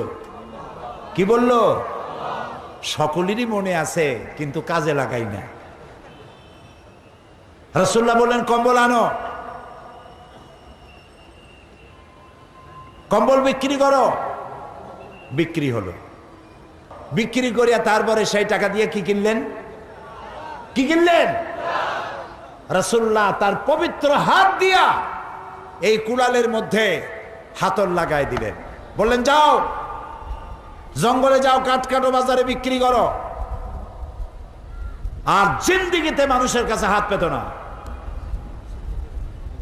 রাসূলের হাত লাগানো এই মহা বরকতে এই লোকটি জঙ্গলের কাঠ কেটে জীবিকা নির্বাহ করে বেশ কিছুকাল পরে রাসূলের খেদমতে এসে হাজির। বলছেন, ইয়া রাসূলুল্লাহ, আপনি কি আমাকে চিনতে পেরেছেন? আমি সেই ভিক্ষুক যাকে আপনার কাছে ভিক্ষা চাওয়া হয়েছিল, আর আপনি আমাকে কুড়াল দিয়েছিলেন। জঙ্গলে কাঠ কেটে কেটে বাজারে বিক্রি করে আমার সংসার যাত্রা নির্বাহ করে আমার কাছে এখন যাকাত দেওয়ার মতো অর্থ জমা হয়ে গেছে। এটা ইসলামের সৌন্দর্য। যাকাত এই সিস্টেম দিয়ে ইসলামের এটি লক্ষ্য নয় যে এক শ্রেণীর লোক চিরকাল এভাবে দিতে থাকবে আর এক শ্রেণী চিরকাল হাত পেতে নিতে থাকবে। এটা ইসলামের উদ্দেশ্য এবং লক্ষ্য নয়। এবার যে যাকাত নিবে আগামীবার যাতে আর যাকাত না নেওয়া লাগে। চট্টগ্রামে ধনী মানুষের সংখ্যাই বেশি আলহামদুলিল্লাহ। যেমন সিলেট, আল্লাহর মেহেরবানি, অসংখ্য মানুষ ধনী সিলেটে আলহামদুলিল্লাহ বলেন। অন্তত 8 থেকে 10 লক্ষ সিলেটি লন্ডন, ইংল্যান্ডে তারা বসবাস করে, পয়সার অভাব নেই আলহামদুলিল্লাহ। তারা একটা মসজিদ বানাইছে, ইস্ট লন্ডন মসজিদ। একটি মসজিদ বানাতে খরচ করেছে 9.35 মিলিয়ন পাউন্ড। বাংলাদেশি হিসেবে মসজিদটা নির্মাণে খরচ হয়েছে 130 কোটি টাকা। এসব টাকা মেয়ে লোকেরা, আমি যখন ওয়াজ করেছি ইস্ট লন্ডন মসজিদে মসজিদের ফায়দা ফাজিলাত সম্পর্কে, মেয়ে লোকেরা গলার সোনার হার, হাতের চুড়ি, কানের ফুল সব খুলে খুলে দিয়েছে। মানুষেরা টাকা দিয়েছে। বিশাল মসজিদ হয়েছে। মেইন হল রুমে নামাজ পড়তে পারে 10,000 মুসলমান। ঢাকার ইঞ্জিনিয়ার্স ইনস্টিটিউটের চাইতেও বড় হল তৈরি হয়েছে সেমিনার সিম্পোজিয়াম করার জন্য মসজিদের পাশে। সুবহানাল্লাহ কবেন না? এই মসজিদ উদ্বোধন করার জন্য তারা কাবা শরীফের ইমাম ফজিলাতুল শেখ আদ-দক্তুর আব্দুর রহমান আস-সুদাইস, আল্লাহ তাআলা হায়াতে তাইয়্যিবা তারে দান করুন। হায়রে তেলাওয়াত, সুবহানাল্লাহ, কি আওয়াজ আল্লাহ যে তারে দিয়েছেন। আমার কাছে মনে হয় শেখ সুদাইস এবং শেখ সৌদ আশ-শুরাইব আমার কাছে মনে হয় মসজিদুল হারামের রূহ, প্রাণ। যখন তেলাওয়াত করে মনে হয় আকাশ থেকে কোরআন নাজিল হইতেছে। মসজিদ উদ্বোধনে তাকে দাওয়াত দেওয়া হলো, আর বাংলাদেশ থেকে আমার মতো এক অযোগ্য ব্যক্তিকে তারা দাওয়াত দিলেন। জুমার নামাজ উদ্বোধন হবে, জুমা দিয়ে 25 থেকে 30 হাজার লোক জমা হয়ে গেছে। মসজিদ ভরা। মসজিদের ডান দিকে বাম দিকে হোয়াইট চ্যাপেল রোড, ফিল্ডগেট স্ট্রিট ভর্তি। ডানে বামে পেছনে মানুষ ভরা। তিনি খুতবা দিতে দাঁড়াবেন এমন সময় মসজিদের ইমাম ও খতিব শেখ আব্দুল কাইয়ুম, বড় আলেম বাংলাদেশি, আল্লাহ তার প্রতিও রহম করুন, আমরা বলি আমিন। তিনি খুতবা দেন উর্দু, আরবি, ইংরেজি, বাংলা 4 ভাষায় খুতবা দেন। জবরদস্ত আলেম। তিনি বলছেন, শেখ, অন্তত 2 থেকে 2.5 হাজার মানুষ জায়গা পায় নাই সামনে দাঁড়ানো। এখন তারা করবে কি? এখন তো জুমা কোথাও পাবে না। তিনি বললেন, ফতোয়া হচ্ছে ইমামের পেছনে বা ডানে বামে দাঁড়াতে হবে। কিন্তু এমন পরিস্থিতি যদি কখনো হয় পেছনেও জায়গা নাই, ডানেও বামেও জায়গা নাই, তাহলে দাঁড়ায় দাঁড়ায় তামসা না দেখে ইমামের সামনে দাঁড়িয়েও নামাজ পড়লেও নামাজ হয়ে যাবে। সমস্ত নামাজ পড়ে মানুষেরা আনন্দ পেল, মজা পেল কাবা শরীফের ইমামের পেছনে। লন্ডনে যারা আছেন, সিলেটের বিভিন্ন মসজিদ করেছে তারা। এই মসজিদের সংখ্যা এখন লন্ডনে আজ থেকে 100 বছর পূর্বে মসজিদ ছিল মাত্র 1টি, আর এখন গ্রেট ব্রিটেনে মসজিদের সংখ্যা 8,000 ছাড়াই গেছে। তো ওইখানে যেমন ধনী মানুষ আছে, চট্টগ্রামেও সেরকম ধনী মানুষ আছে আলহামদুলিল্লাহ। জেদ্দায় সৌদি আরবে মিসফালায় গেলেই হোটেল সাতকানিয়া ইন্টারন্যাশনাল, সুবহানাল্লাহ। জেদ্দায় যান, মক্কায় যান, আরাফাতে যান, মদিনায় যান, খালি সাতকানিয়ার জ্বালায় অস্থির। দুবাই, আবুধাবি, কাতার, আরব আমিরাত, চট্টগ্রাম দিয়ে ভরা। আলহামদুলিল্লাহ। ধনী মানুষরাই তো যাকাত দেয়। যাকাত কেমনে দিবেন? যাকাত দেওয়ার জন্য আপনাদেরকে সিদ্ধান্ত নিতে হবে। আল আকরাব ফাল আকরাব, সর্বপ্রথম আপনার নিকটবর্তী আত্মীয় স্বজনকে দেবেন। সুবহানাল্লাহ। শুধু মায়েরে দেবেন না, বাবেরে দিবেন না, স্ত্রী, মা বাপকে যাকাত দেওয়া জায়েজ নাই। এই যাকাত আপনি যখন দিবেন তখন একটু চিন্তা করেন যে আমার এবার যাকাতের টাকা হয়েছে 10 লাখ, এই টাকা দিয়ে আমার আত্মীয়দের মধ্যে এই কয়জন আত্মীয়কে এবার আমি প্রোভাইড করব। একজন গরিব যুবক, শিক্ষিত যুবককে একটা কম্পিউটার কিনে দিয়ে রাস্তায় বসায় দেন। সে ইনকাম করে পরবর্তী বছর আপনার কাছে আর যাকাত চাইতে আসবে না, ঠিক কিনা? একটা বিধবা রমণী, তাকে যদি একটা সেলাই মেশিন কিনে দেন যাকাতের টাকা দিয়ে, সে তার পেট বাঁচাবার জন্য দেহ ব্যবসার মতো নিকৃষ্ট জঘন্য কাজে তার যাওয়া লাগবে না, ঠিক নয় কি? এরপরে যে আসতেছি আমি আপনার কাছে, এরপরে গরিব, এতিম, মিসকিন, ছোট্ট মানুষ, বাপ নাই, পেটের জ্বালায় চুরি করে, ডাকাতি করে, কচু গাছ কাটতে কাটতেই তো মানুষ খুন করা শেখে, নাকি বলেন? ঠিক না? সেই গরিব এতিম বাচ্চাকে জুতা পালিশের বাক্স কিনে দেন 200 টাকা দিয়া। পাহাড়তলি রেল স্টেশনে পাঠায় দেন, মানুষের জুতা পালিশ করবে, পয়সা কামাই করবে। চীনাবাদামের দোকান দিয়ে দেন, পানের খেলি বানাবার দোকান দিয়ে দেন যাকাতের টাকা দিয়া। বেকার অশিক্ষিত যুবককে 2টা হালের বলদ কিনে দেন। সমাজ থেকে চুরি বিদায় হবে, ডাকাত বিদায় হবে, সন্ত্রাস বিদায় হবে, পকেটমার বিদায় হবে। হবে না? হবে না? এই অর্থনীতি কার? সমাজ কল্যাণ পরিষদ। আমার ভাই, আমার বন্ধু মাওলানা শামসুদ্দিন সাহেব বললেন সমাজ কল্যাণ পরিষদ তো সেটাই করে। তাই আমি বলছি যে আমি আসতেছি আপনার কাছে, আপনাদের যাকাতের একটা অংশ ওখানে দিলে ওই কামটাই হবে যে কামটা আপনি করতে পারেন না। আলহামদুলিল্লাহ বলেন। প্রিয় ভাই সব, একটা গরিব মানুষের মুখে যদি হাসি ফুটাইতে পারেন, একটা নফল হজের সওয়াব পেয়ে যাবেন। আমি প্রায় এই কথাটা বলি। সম্রাট শাহজাহান তাজমহল বানাইছিলেন ওই বাজারে, যেই বাজারে টাকায় 8 মণ চাউল পাওয়া যেত। টাকায় কয় মণ? 8 মণ চাউল 1 টাকায়। সব থেকে বেশি দুধ দেয় আধা মণ, 1 মণ। এরকম একটা গাভীর দাম 3 টাকার বেশি ছিল না।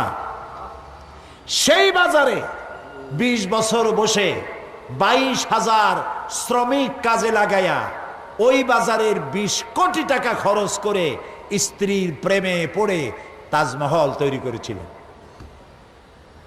প্রিয় ভাই সব, এই তাজমহলের মূল্য ইসলামের কাছে, রসুলের কাছে, আর ইসলাম যিনি বানাইছেন সেই আল্লাহর কাছে ওই তাজমহলের ওই মূল্য নাই। একটি এতিম, গরিব, মিসকিন, একটি ছোট্ট বাচ্চা শীতে কাঁপতেছে, ক্ষুধায় কাঁদতেছে, ওর হাতে 1 মুঠো খাবার আর গায়ে ছোট্ট একটা নতুন গেঞ্জি বা চাদর পরিয়ে দিলে ওই বাচ্চাটি আনন্দে যে মুখে হাসি ফুটবে। 20 কোটি টাকার ব্যয় করে যে তাজমহল তৈরি করা হয়েছে, সেই তাজমহলের চাইতে এতিমের মুখের মিষ্টি হাসি আল্লাহর কাছে অনেক দাম। এটাই হচ্ছে ইসলাম। মানুষের দারিদ্রতা বিমোচনের জন্য আল্লাহ তাআলা এই ব্যবস্থা করেছেন। এখন যাকাতে টাকা কমে না, যাকাতে টাকা বাড়ে। ইয়ামহাকুল ইয়ামহাকুহুল্লাহুর রিবা ওয়া ইউরবিস সাদাকাত। আল্লাহ তাআলা বলেছেন আমি সুদকে ধ্বংস করি, সুদকে ধ্বংস করি, আর সাদাকা যাকাতের মালকে আমি বৃদ্ধি করি। কার কথা? কার কথা? দেখুন তো, ইসলামী ব্যাংক আছে চট্টগ্রামে, আছে। আজকে অত্যন্ত শ্রদ্ধার সাথে স্মরণ করি ইসলামী ব্যাংকের প্রথম ব্যক্তি আলহাজ আব্দুর রাজ্জাক লস্কর। আল্লাহ যেন জান্নাতুল ফেরদাউসের মেহমান বানায় না। এই উদ্যোগ যারা প্রথমে নিয়েছিলেন অনেকেই তাদের মধ্যে বেঁচে নাই। ইসলামী ব্যাংক বিশ্ব ব্যাংকের দৃষ্টিতে পৃথিবীর শ্রেষ্ঠ ব্যাংক। আলহামদুলিল্লাহ বলো। সুদী ব্যাংকগুলো আমাদের বড় বড় ব্যাংক আছে, আর ইসলামী ব্যাংকও আছে। সুদী ব্যাংকে বরকত নাই, ইসলামী ব্যাংকে বরকতের ঠেলা দেখছেন। কত কাজ তারা করছে। ইসলামী ব্যাংক হাসপাতাল, ইসলামী ব্যাংক কলেজ, ইসলামী ব্যাংকের ফাউন্ডেশন, ইসলামী ব্যাংকের টাকা দিয়ে মেধাবী গরিব ছাত্রদের সাহায্য দেওয়া, ডিজাস্টার যখন জলোচ্ছ্বাস আর ভূমিকম্প হয় এবং ঘূর্ণিঝড় হয় তখন মানুষের সাহায্যে কোটি কোটি টাকা নিয়ে ইসলামী ব্যাংক ঝাঁপাইয়া পড়ে। বিশ্ব ব্যাংকের দৃষ্টিতে ইসলামী ব্যাংক পৃথিবীর সেরা ব্যাংক। কারণ কি? কারণ হালালে বরকত হয়, হারামে বরকত হয় না। চট্টগ্রামের কুত্তা আছে না? কুত্তা, এক একটি কুত্তা প্রতি বছর বাচ্চা দেয় কয়টা? তাও হিসাব রাখেন না। কয়টা দেয় বাচ্চা? 5টা, 7টা, 8টা। কারণ ওর তো আর ফ্যামিলি প্ল্যানিং এর ব্যবস্থা নাই, জনমের মতো বাচ্চা হয়। হ্যাঁ, কমপক্ষে 5-7টা। সব কুত্তা যদি বাঁচত, কুত্তার জ্বালায় চট্টগ্রামে হাঁটতে পারতেন? যেমন জন্মের মতো হয় ওই রকম জন্মের মতো মরে। গাবিতে বাছুর দেয় কয়টা বছরে?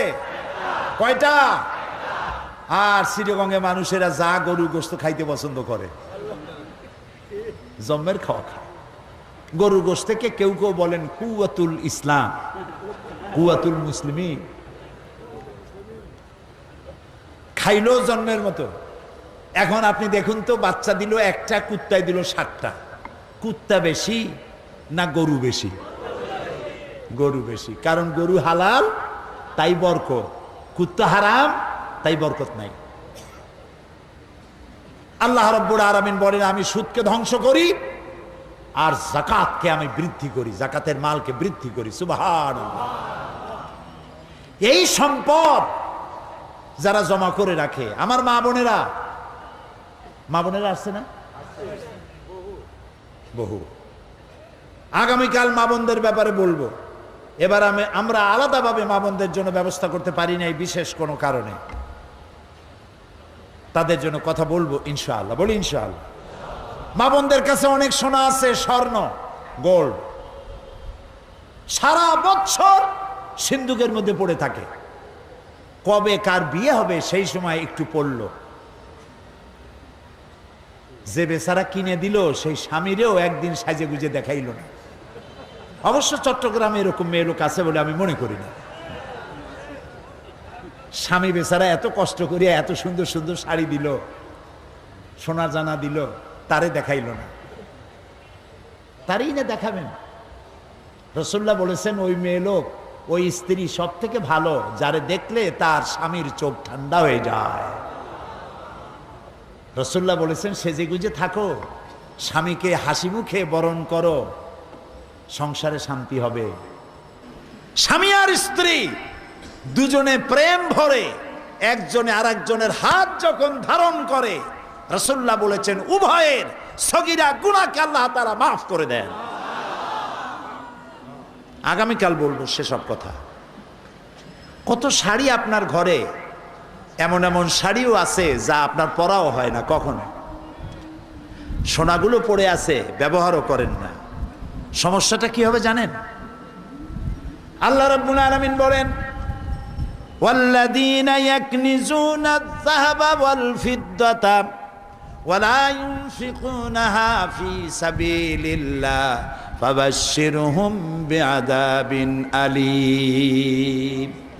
যারা নাকি স্বর্ণ রৌপ্য সঞ্চয় করলো, আমার রাস্তায় খরচ করলো না, ফাবাশশিরহুম বিআযাবিন আলীম, তাদেরকে জাহান্নামের কঠিন শাস্তির সুসংবাদ দাও।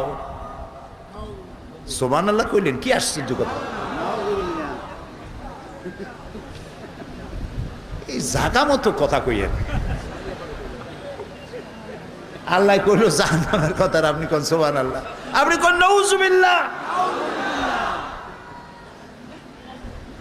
এটি কায়দা দেখুন। আল্লাহ বললেন ফাবাশশিরহুম, ওদেরকে জাহান্নামের কঠিন পীড়াদায়ক শাস্তির শুভ সংবাদ দাও। শাস্তির কি শুভ সংবাদ হয়? হয়। তা আল্লাহ এটা বললেন কেন? এটাও জানা দরকার।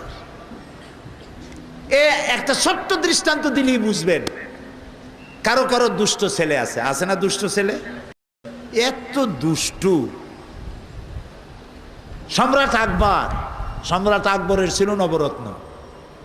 নবরত্নের একজন ছিল, কি যেন নাম, আমি এখন ভুলে গেলাম। হ্যাঁ, বীরবল। আপনারও আল্লাহ বীর বানাই দিন। বীরবল না, বীরবল। আকবর তারে আসতে বলছে, কিন্তু সেই সময় থেকে প্রায় 2 ঘন্টা দেরি করে আসছে।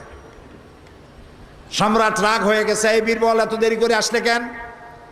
কয় যে জাহাপানা, আমার একটা ছেলে আছে এত দুষ্ট, তারে কোন রকম মানাইতেই পারলাম না, তাকে মানাতে গিয়ে আমার 2 ঘন্টা সময় লাগলো। আকবর কয় যে তুমি কি আমারে পাগল পাইছো নাকি? একটা ছোট্ট বাচ্চা তারে ঠান্ডা করা যায় না, 2 ঘন্টা সময় লাগে? আমি এটা বিশ্বাস করি না, তুমি অন্য কোনো কাজে ছিলা, মিথ্যা কথা কইতেছো। বীরবল কয় না স্যার, জাহাপানা সত্য বলছি। কয় আমি বিশ্বাস করি না। বীরবল বলছে বিশ্বাস যদি না করেন তাহলে আমি আপনার বিশ্বাস করাই। কয় করাও, কিরকম করবা? কয় আপনি আমার আব্বা হন, আমি আপনার বাচ্চা হই। বীরবল বাচ্চা হইছে, এখন আকবর হইছে আব্বা। এখন বীরবল কাঁদতেছে, বাচ্চার মতো করে কাঁদতেছে। আকবর জিজ্ঞেস করছে, কান্দিস কেন? কয় আব্বু আমার একটা হান্ডি কিনে দাও, একটা হাড়ি কিনে দাও। তো দিল একটা হাড়ি কিনে। আবারও কান্দে, আবার কান্দিস কেন? আমার একটা হাতি কিনে দাও। তো দিল একটা হাতি। এখন আরো ভ্যা করে কাঁদতেছে, আরে এখন আবার কান্দিস কেন? হান্ডি চাইলি, পাতিল চাইলি, পাতিল দিলাম, হাতি চাইলে হাতি দিলাম, এখন কান্দিস কেন? কয় আব্বু এই হাতিটার এই হাড়ির মধ্যে ঢুকাই দাও। আকবর কইল ঠিকই তুমি বলছো, বাচ্চা বুঝানো যায় না। কিছু বাচ্চা আছে দারুণ দুষ্টু। এই বাচ্চা মায় যখন ঠান্ডা করতে না পারে, তখন মা বলে যে বাপ রাখ, তোর বাপ আসুক, তোর বাপেরে আমি সব শোনাবো আজ। এমন পিট্টি দেবে, তখন বুঝবি মজা কারে কয়। পিটাইলে কি মজা হয়? তাহলে মায় মজার কথা কইল কেন? শাস্তির তীব্রতা বোঝাবার জন্য মজা শব্দ ব্যবহার করা হয়েছে। ফাবাশশিরহুম বিআযাবিন আলীম, যারা সোনা দানা জমা করে রাখে, আমার রাস্তায় খরচ করে না, তীব্র শাস্তির শুভ সংবাদ দিয়ে দাও। সেই শাস্তিটা কি?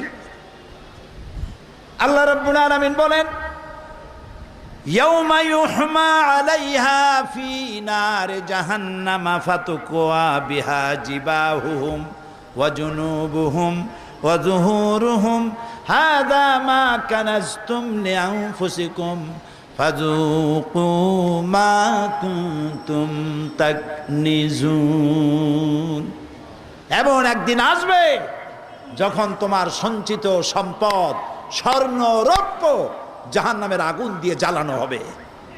ইন্না লিল্লাহি ওয়া ইন্না ইলাইহি রাজিউন। মা বোনেরা কান পেতে শুনুন, ভাইয়েরা শুনুন, স্বর্ণ জমা করেছেন, জাকাত দেন নাই। এই স্বর্ণ, এই রৌপ্য, এই ডায়মন্ড জাহান্নামের আগুন দিয়ে জ্বালানো হবে। কে বলতেছেন? আল্লাহ। আল্লাহ আল্লাহ। কোন মৌলভী সাহেবের ফতোয়া নয়, কোন মুফতির ফতোয়া নয়, আমার আল্লাহ বলছেন জাহান্নামের আগুন দিয়ে তোমার সোনার উপরে জ্বালানো হবে। এটারে গরম বানাইয়া জাহান্নামের আগুন দিয়ে সিল বানানো হবে। তারপরে তোমার কপালের উপরে, তোমার পার্শ্ব দেশে এবং তোমার পৃষ্ঠ দেশে সিল মারা হবে, আর বলা হবে হাদা মা কানাস্তুম লিআনফুসিকুম। এ হচ্ছে সেই তোমার সঞ্চিত ধনরাশি যা তুমি আমার রাস্তায় খরচ করনি।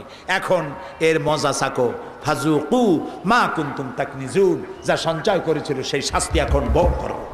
নাউযুবিল্লাহ। সবাই বলি নাউযুবিল্লাহ। প্রিয় ভাই সব, আমার মা বোনেরা, 7.5 তোলার নিচ পর্যন্ত জাকাত না দিলে চলবে। স্বর্ণ যদি 7.5 তোলা হয়ে যায় তখন জাকাত দিতে হবে। 7.5 তোলার উপরে যখন গেল তখন একেবারে গোড়া থেকে শুরু করে সবটা দেওয়া লাগবে। বাজার দরে যে দাম হয় তার 2.5% করে আপনাকে দিতে হবে, এর থেকে কোনো মাপ নাই। সেই জন্য এখন সোনা আপনি বেশি রাখবেন অথবা কম রাখবেন সেটা আপনি নিজে চিন্তা করেন, নিজে বোঝেন। এই অর্থ স্বর্ণের জন্য 7.5 তোলা, রূপার জন্য 52.5 তোলা, ছাগলের জন্য 40টি, গরুর জন্য 30টি হলে পরেই একটা করে দিতে হবে। এরপরে দেবেন ওসর, ফসলের যাকাত। এটাকে ওসর বলা হয়। আমার দেশে একটা হিসাব আমরা করেছি। এই বাংলাদেশে আপনারা জানেন আমি একটা ব্যাংকের সাথে জড়িত আছি। জানেন ওইটার নাম কি? ইসলামী ব্যাংক। ওর জন্ম লগ্ন থেকে এর সাথে আছি। ব্যাংকে থাকার কারণে অন্যান্য ব্যাংকের খোঁজ খবর জানি। বর্তমান সময় যদি বাংলাদেশে সরকার যাকাতের টাকা আদায় করে তাহলে একেবারে কম করে হলেও 6,000 কোটি টাকা যাকাত এক বছরে কালেকশন হতে পারে। লক্ষ লক্ষ একর দরগার নামে, মাজারের নামে, বিভিন্ন নামে লক্ষ লক্ষ সরকারি জমিন, ওয়াকফ এস্টেট দখল করে বসে আছে সিন্দাবাদের দৈত্যরা। কি জবাব দেবা কিয়ামতের দিন? ফেডারেশন বানাইছো, এটা ফেডারেশন নয়, পেটের রেশন। কি জবাব দিবা? হারামখোর। এই অক্ষ সম্পত্তি যদি গভর্নমেন্ট উদ্ধার করতে পারত আর যদি যাকাত কালেকশন করতে পারত, আল্লাহর কসম বাংলাদেশের দারিদ্র বিমোচনের জন্য একটি টাকাও পৃথিবীর কোন দেশ থেকে বাংলাদেশে আমদানি করা লাগবে না, লাগবে না, লাগবে না। ইসলাম একটি সাবলীল সুন্দর ব্যবস্থা দিয়েছে। কারে কারে যাকাত দিতে হবে সে কথাও আল্লাহ বলে দিয়েছেন। গরিবদের দিবা, ফকিরদের দিবা, মিসকিনদের দিবা, ফি সাবিলিল্লাহ দিবা। ইসলামী সমাজ কল্যাণ পরিষদ যে কাজগুলি করে এই কাজে আল্লাহর রাস্তে বেশি বেশি করে সাহায্য করবে, তাহলে আল্লাহ তাআলা তোমাদেরকে বেশি বেশি করে দিবেন। প্রিয় ভাই সব, ইসলাম অর্থনৈতিক নিরাপত্তার জন্য এক তো দিল যাকাত, আর এক দিল কাজ। কাজ করে খাইতে হবে, বসে থাকতে পারবে না। এই জন্য আমি যুবকদের বলি, লেখাপড়া শিক্ষা করে চাকরি না পাওয়া পর্যন্ত বিয়ে করবে না। এই বিবাহ করে শ্বশুরের কান্দে সিন্দাবাদের ভূত হয়ে বসে থাকে, বাপের কান্দে চড়ে, আর কাজ করতে চায় না। অবশ্য চট্টগ্রামে এরকমের লোক আছে বলে মনে হয় না। বিয়ে পাশ করছে, কাজী লাঙ্গলে হাত দেওয়া যায় না। বিয়ে পাশ করেছে, চুরি করে খাবে, পকেট মারবে, তাও ভালো। রিক্সা চালাবো না, বেবি ট্যাক্সির হ্যান্ডেলে হাত দেব না, আমি তো একজন মডার্ন এডুকেটেড পারসন। চুরি করবে সেও ভালো। কথা বুঝতে পেরেছেন? এই অবস্থা থাকতে পারবে না, কাজ করতে হবে। নবী করিম সাল্লাল্লাহু আলাইহি সাল্লাম বলেছেন, ইজা সাল্লাইতুমুল ফজরা ফালা তানুমু আন তালবি আরযাকিকুম। ফজরের নামাজ যখন পড়া হয়ে গেছে, ঘুমায় থাকো না, বেরিয়ে যাও, রিজেক অনুসন্ধান করো। আমার ক্ষেত খামার, কল কারখানা, আদালত, শিক্ষাঙ্গন সব জায়গায় ছড়িয়ে পড়ো, আমি রিজেক ছড়িয়ে রেখেছি। আর গরিব মানুষকে সাহায্য সহানুভূতির হস্তকে সম্প্রসারিত করো। ওয়াকফুলু গানিয়ুহুম ফাকিরাহুম, সমাজের সচ্ছল ব্যক্তিরা তাদের গরিবদেরকে সাহায্য করবে। নবী করিম সাল্লাল্লাহু আলাইহি ওয়াসাল্লাম তিনি একটি ব্যাংক তৈরি করেছিলেন, তার ব্যাংকের নাম ছিল বাইতুল মাল। বলেন তো নাম কি? বাইতুল মাল। এই বাইতুল মাল ব্যাংকটি তিনি যেদিন উদ্বোধন করেন, সেদিন তিনি বলেছিলেন, মান তারাকা দায়নান আউদিয়ান ফালাইয়া।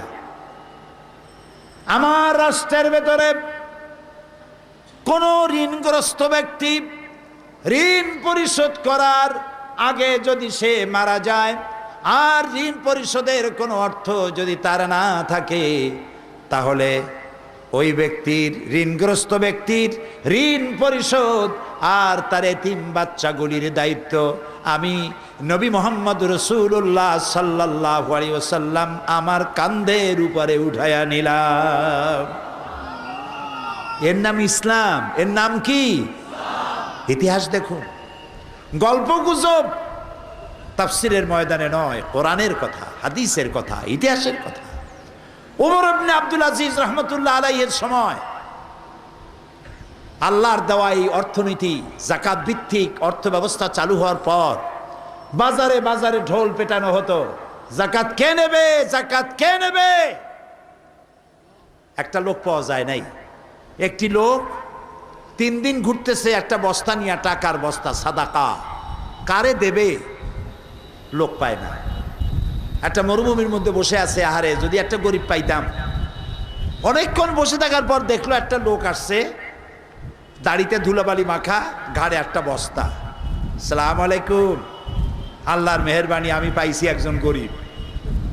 হুজুর, আমি 3 দিন এই রাষ্ট্রের বিভিন্ন জায়গায় ঘুরছি, একটা গরিব পাইলাম না। এই টাকাগুলো আমার কাছে আছে, সাদাকার টাকা, আপনি নিয়ে আমারে উদ্ধার করেন। আগন্তুক বলছে, মিয়া তোমার মাথার স্ক্রু কি ঢিলা? তুমি কি মনে করো আমার এই বস্তার মধ্যে দেতরা খাতা বা ছেঁড়া খাতা? এই বস্তার ভিতরে তোমার থেকে বেশি টাকা। তুমি ঘুরতেছো 3 দিন, আমি ঘুরতেছি 7 দিন, একটা গরিব পাই নাই। এর নাম ইসলাম। এর নাম কি? ইসলাম। প্রিয় ভাই সব, এই যাকাত, যাকাতের মধ্যে যারা নাকি যাকাত এবং নামাজের মধ্যে পার্থক্য সৃষ্টি করবে, নামাজ পড়বে যাকাত দিবে না, আবু বকর রাদিয়াল্লাহু তাআলা আনহু বলছেন, ওয়াল্লাহি আমি কাফেরদের বিরুদ্ধে যুদ্ধ করা যেমন ফরজ মনে করি, তেমনি করে এদের বিরুদ্ধে যুদ্ধ ঘোষণা করব যারা নামাজ পড়বে যাকাত দিবে না। যাকাত আদায় করতেই হবে। আল্লাহ যেন তৌফিক আমাদের দেয়, বলেন আমিন। প্রিয় ভাই সব, আমার বাংলাদেশ পৃথিবীর সব থেকে সুখী দেশ। আলহামদুলিল্লাহ বলবেন। পৃথিবীর 4টি মহাদেশের প্রায় 50টিরও বেশি দেশ আল্লাহ আমারে দেখাইছেন। আমার জীবনের স্বপ্নের দেশ, সব থেকে প্রিয় দেশ, মোহব্বতের জায়গা মক্কা আল মুকাররমা, মদিনা আল মুনাওয়ারা। এরপরেই আমার কলিজার সাথে, আমার রক্তের সাথে, আমার ঐতিহ্যের সাথে সম্পৃক্ত আমার মাতৃভূমি, প্রিয় জন্মভূমি বাংলাদেশ। আমাদের দেশের নাম কি? জোরে কন্যা, আরো জোরে বলেন। এ দেশটি 9 মাসের মুক্তিযুদ্ধের মধ্য দিয়ে আল্লাহ তাআলা আমাদেরকে উপহার দিয়েছেন, আলহামদুলিল্লাহ। এ দেশটি গরিব নয়, এ দেশটি গরিব নয়। এই বাংলাদেশ অফুরন্ত সম্পদ আল্লাহ দান করেছেন। আমি হিসাব দেই, আমাদেরকে যারা গরিব বলে এটা আসলে সঠিক না। আমরা হিসাব জানি না, আমাদেরকে বোকা বানাইয়া বেকুব বানাতে চায়। এই বাংলাদেশ এর আবাদযোগ্য জমির পরিমাণ আছে 2,40,00,000 একর। 2,40,00,000 একর জমি। বিজ্ঞানসম্মত চাষাবাদ জানি না বলেই ফসল উৎপাদন হয় না। শিক্ষিত লোকেরা তো চাষে আসে না। চাষ করে কারা? কৃষক, এবং লেখাপড়া জানে কম। এক জার্মান, সে নাকি শুনেছিল বাংলাদেশ নাকি সোনার বাংলা। তো সোনার বাংলাটা কেমন দেখতে এলো, দেখতে এসে মাসখানেক থেকে ফিরে গেল। দেশে গিয়ে রিপোর্ট করলো বাংলাদেশ সত্যিই সোনা, কিন্তু চাষ হয় 3টা গরু দিয়া। সামনের 2টাও গরু, পিছনেরটাও গরু। মন্তব্য আমার না, মন্তব্য একজন জার্মানের। কারণ তিনি বলতে চেয়েছেন সামনের 2টা তো গরু, পিছনে যে আছে গরুটারে চালায়। এত সুন্দর মাটি, এই মাটিতে বিজ্ঞানসম্মতভাবে ফসল কেমনে উৎপাদন করা যায় ওই জ্ঞান তার কাছে নাই। আমার দেশ, মানুষ বেড়েছে, খেতে দেওয়ার মালিক কে? ফসল কি কমছে না বাড়ছে? কমছে না বাড়ছে? সুবহানাল্লাহ বলেন না? খালি কয় দ্রব্য মূল্য বাড়ছে, দ্রব্য মূল্য গেছি শেষ শেষ। আচ্ছা, দ্রব্য মূল্য শুধু কি বাংলাদেশে বাড়ছে না আশেপাশে দেশেও বাড়ছে? শ্রীলঙ্কা, মালদ্বীপ, নেপাল, ভুটান, সিকিম, ওদের সাথে তুলনা করুন তো। দ্রব্য মূল্য বেড়েছে, আমি আপনার সাথে একমত, কিন্তু আমাকে বলতে হবে দ্রব্য মূল্যের কারণে ফটিকছড়ি, সাতকানিয়া, পটিয়া, চকবাজার, কক্সবাজার, চট্টগ্রাম, হালিশহর, আনোয়ারা, বাঁশখালী, মশখালীতে না খেয়ে মরেছে কয়জন? সুতরাং মিথ্যা কথা বলে কোনো লাভ নাই। দ্রব্যমূল্য বেড়েছে, কিন্তু মানুষের ক্রয় ক্ষমতাও আল্লাহর মেহেরবানি বেড়ে গেছে, ঠিক না? আল্লাহ রাব্বুল আলামিন বিভিন্ন ভাবে জনগণের কাছে খাবার পৌঁছাবার ব্যবস্থা করেছেন। নানান ভাবে ক্রয় ক্ষমতাও বেড়ে গেছে। তা আমাদের এই জমিনটা 2,40,00,000 একর আছে জমিন, চাষযোগ্য অনেক জমি পড়ে আছে। এক একজনের বাড়ি বানায়া গুলশানের মতো জায়গায় 1 বিঘার উপরে বাড়ি, 2 বিঘার উপরে বাড়ি, খালি জায়গা পড়ে আছে। অথচ অ্যাপার্টমেন্ট করে দিলে হাজার হাজার লোক, শত শত লোক বাস করতে পারত, গভর্নমেন্টের ইনকাম হইতো। এই কথাগুলি কি আমি আন্দাজে বলি না, ঠিক কথা বলি, ঠিক কিনা? এই চট্টগ্রাম শহরেও অনেক বাড়ি আছে, বিল্ডিং একটা বানায়া সামনে বিশাল লন, সুইমিং পুল, বাচ্চাদের খেলাধুলার জায়গা পড়ে আছে। অথচ কত দাম এই জমির। রাসূলুল্লাহ বলেছেন, জমি রাখার অধিকার নাই ওই ব্যক্তির যে জমিন খালি ফেলে রাখে, কাজে লাগায় না। অধিকার নাই জমিন রাখা। ওমর রাদিয়াল্লাহু তাআলা আনহুর সময় হযরত বিলাল রাদিয়াল্লাহু তাআলা আনহুকে খবর দিয়ে হযরত ওমর বলেছিলেন, রাসূলুল্লাহর জামানায় লাখেরাজ 1 খণ্ড জমিন তুমি পেয়েছিলে, আমার কাছে খবর এসেছে জমিন তুমি ফেলে রেখেছো, যদি চাষ না করো জমিন গভর্নমেন্ট বাজেয়াপ্ত করে নেবে। তো আমার জমিন পড়ে আছে, আমরা কাজ করছি না। আমাদের রয়েছে বনজ সম্পদ। বনজ সম্পদ আছে 32,53,860 একর জুড়ে। আপনি কি লক্ষ্য করেছেন এই বন আল্লাহ কোথায় বানাইছেন? সমুদ্রের উপকূল দিয়ে। ম্যানগ্রোভ ফরেস্ট এরিয়া আল্লাহ তাআলা বানিয়েছেন সাতক্ষীরা, বরগুনা, পটুয়াখালী, বরিশাল, নোয়াখালী, বাগেরহাট এইসব এলাকা দিয়া, এবং উপকূল এলাকা দিয়া সুন্দরবন বানাইছেন। কারণ কি? কারণ হলো আল্লাহ তো বিনা কারণে কোনো কাম করেন না। বঙ্গোপসাগর হচ্ছে সাইক্লোন জোন। বছরের যে কোনো সময় এখানে সাইক্লোন সৃষ্টি হয়। এই সাইক্লোনের ধাক্কা 280 মাইল, 500 মাইল, 1000 কিলোমিটার বেগে সাইক্লোন আসতেছে। এই সাইক্লোন যদি কোনো বাধা না পায়, প্রথম ধাক্কায় কক্সবাজার উড়ে যাবে, চট্টগ্রাম উড়ে যাবে, প্রথম ধাক্কায় উড়ে যাবে পটুয়াখালী, বরগুনা, বরিশাল, পিরোজপুর, বাগেরহাট। আল্লাহ তাআলা সমুদ্রের পারে উপকূলীয় এলাকায় পাহাড় আর সুন্দর বন গাছ লাগাইয়া প্রথম ধাক্কাটাকেই অর্ধেক শক্তি কমায় দিয়ে দিলেন। আল্লাহু আকবার। সরকার আবার এই সুন্দরবনকে বাঁচাবার জন্য ফরেস্ট ডিপার্টমেন্ট করেছে। সেই ফরেস্ট ডিপার্টমেন্টের লোকেরা মাশাআল্লাহ গাছগুলা কাইটিয়া কুটিয়া খাইয়া মনে হয় দাব্বাতুল আরদ আইসে কি খাবে, ওরাই সব শেষ করতেছে।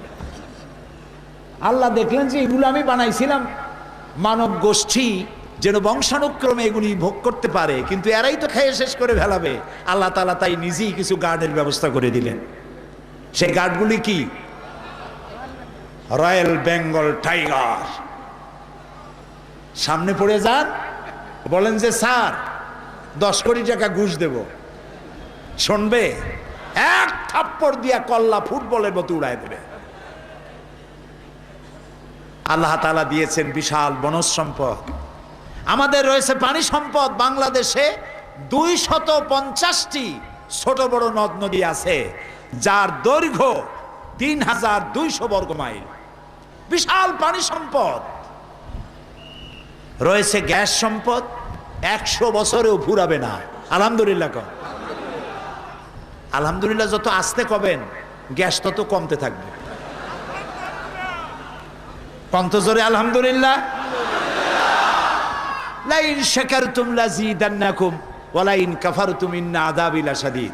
যদি শুকর আদায় করো বাড়ায় দেব, আর যদি শুকর আদায় না করো শাস্তি দেব।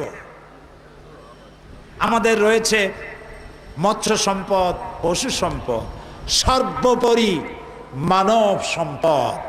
14 কোটি মানুষের 28 কোটি হাত। এই 28 কোটি হাত যদি ভিক্ষার হাত না হয়ে কর্মীর হাত হয়ে যায়, তাহলে বাংলাদেশ আবার মাথা উঁচু করে দাঁড়াতে পারবে ইমানের বলে বলিয়ান হয়ে। যুদ্ধ বিধ্বস্ত জাপান কোত্থেকে কই গেল? উত্তর কোরিয়া কোথায়? অস্ট্রেলিয়ার মেলবোর্ন ইউনিভার্সিটিতে আমার প্রোগ্রাম ছিল। ব্যাংকক হয়ে যাচ্ছিলাম থাই এয়ারলাইনে। ব্যাংককে নামলাম যাত্রা বিরতি। থাইল্যান্ড, যারা মহিলাদের সতীত্ব বিক্রি করে জীবন চালাইতো, সেই দেশে এয়ারপোর্ট থেকে আমার হোটেল পর্যন্ত 30 কিলোমিটার লম্বা ফ্লাইওভার, বিশাল বিশাল ইমারত। ছোট্ট দেশ সিঙ্গাপুর কোথার থেকে কোথায় গেছে। বাংলাদেশ যে তিমিরে, সেই তিমিরে শুধুমাত্র প্রতিহিংসার রাজনীতির কারণে বাংলাদেশ মৃত্যুর কাছাকাছি পৌঁছে গিয়েছে। হিংসা আর হিংসার আগুনে জ্বলছে। আল্লাহ এর থেকে আমাদেরকে রক্ষা করুন, আমরা বলি আমিন। প্রিয় ভাই সব, এত সব সম্পদ থাকতেও আমরা গরিব। এর কারণ হলো আমরা কোরআন ছেড়েছি। আমরা গোড়া থেকেই একটা ষড়যন্ত্রের শিকার। 200 বছর এই দেশ ছিল ব্রিটিশের গোলামি, ছিল না? তারপরে পাকিস্তানের অর্থনৈতিক এবং রাজনৈতিক শোষণ, এরপরে পূর্ণাঙ্গ স্বাধীনতা আমরা লাভ করলাম। দেশের 90% লোক মুসলমান। পৃথিবীর খ্রিস্টান শক্তি চেয়েছে আমাদেরকে খ্রিস্টান বানাতে, কমিউনিস্টরা চেয়েছে আমাদেরকে নাস্তিক বানাতে, আর ভারত চেয়েছে তাদের পদলেহী গোলামদের দিয়ে এই দেশটাকে ধর্মনিরপেক্ষ মতবাদের দেশে পরিণত করতে। সুতরাং আমি আপনাদের সামনে আজকে ইসলামের সৌন্দর্য বর্ণনা করতে এসেছি। ইসলামের সৌন্দর্য বয়ান করলাম। এর থেকে ইসলামের সৌন্দর্য, এর থেকে সুন্দর ব্যবস্থাপনা পৃথিবীতে আর নাই। বলি সুবহানাল্লাহ।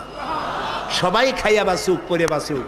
হিন্দুর সাথে আমাদের কোনো বিরোধ নাই, খ্রিস্টানের সাথে, বৌদ্ধের সাথে বিরোধ নাই, উপজাতীয়দের সাথে বিরোধ নাই। আমরা সবাই প্রীতি, প্রেম আর ভালোবাসায় আমরা ডুবে আছি। আলহামদুলিল্লাহ বলবেন না? আমি জানি না চট্টগ্রামের অবস্থা কি, আমি আমার পিরোজপুরের কথা বলি, আমার এলাকার কোন মুসলমান যদি অসুস্থ হয়, প্রতিবেশী হিন্দু ফল মূল নিয়ে আমাদেরকে দেখতে আসে। আমার দেশে যখন ঈদ হয়, হিন্দুরা তখন আমাদের ঈদের সিমাই পায়াস সিন্নির সাথে শরীক হয়। তাদের পূজার দিনে আমাদের যুবক ছেলেমেয়েরা সেসব পূজা আশ্রা দেখতে যায়। এই ধরনের শান্তিপূর্ণ দেশ পৃথিবীতে কোথাও আছে? আছে নাকি? তারপরেও এক শ্রেণীর লোকেরা ক্ষমতা হারাবার উন্মাদনায় দেশে এবং বিদেশে সর্বত্র বলে বেড়াচ্ছে বাংলাদেশে নাকি হিন্দু বৌদ্ধ সব শেষ, মাইরিয়া পিটাইয়া সব ভারতে পাঠায় দিছে। এ কথাটা কি ঠিক? এটা কি সত্য? লানাতুল্লাহি আলাল কাযিবিন, মিথ্যাবাদীদের উপরে আল্লাহর অভিসম্পাত হোক। প্রিয় ভাই সব, আজ আমি কোরআনে কারীমের ইন্নাদ-দীন ইনদাল্লাহিল ইসলামের কথা বলতে গিয়ে আরেকটি কথা আপনাদেরকে শোনাতে চাই, শুনবেন? সেটি হচ্ছে ইসলাম হলো আল্লাহর। আমি বলেছিলাম আল্লাহ যা যা বানাইছেন শয়তান তার উল্টা আর একটা বানাইছে, ঠিক না? জোরে বলেন ঠিক না? আচ্ছা বলেন তো, আল্লাহ বানাইছেন খেলাফত, শয়তান বানাইছে কি? মুলুকিয়াত, রাজতন্ত্র। আল্লাহ বানিয়েছেন জাকাত ব্যবস্থা, শয়তান বানাইছে কি?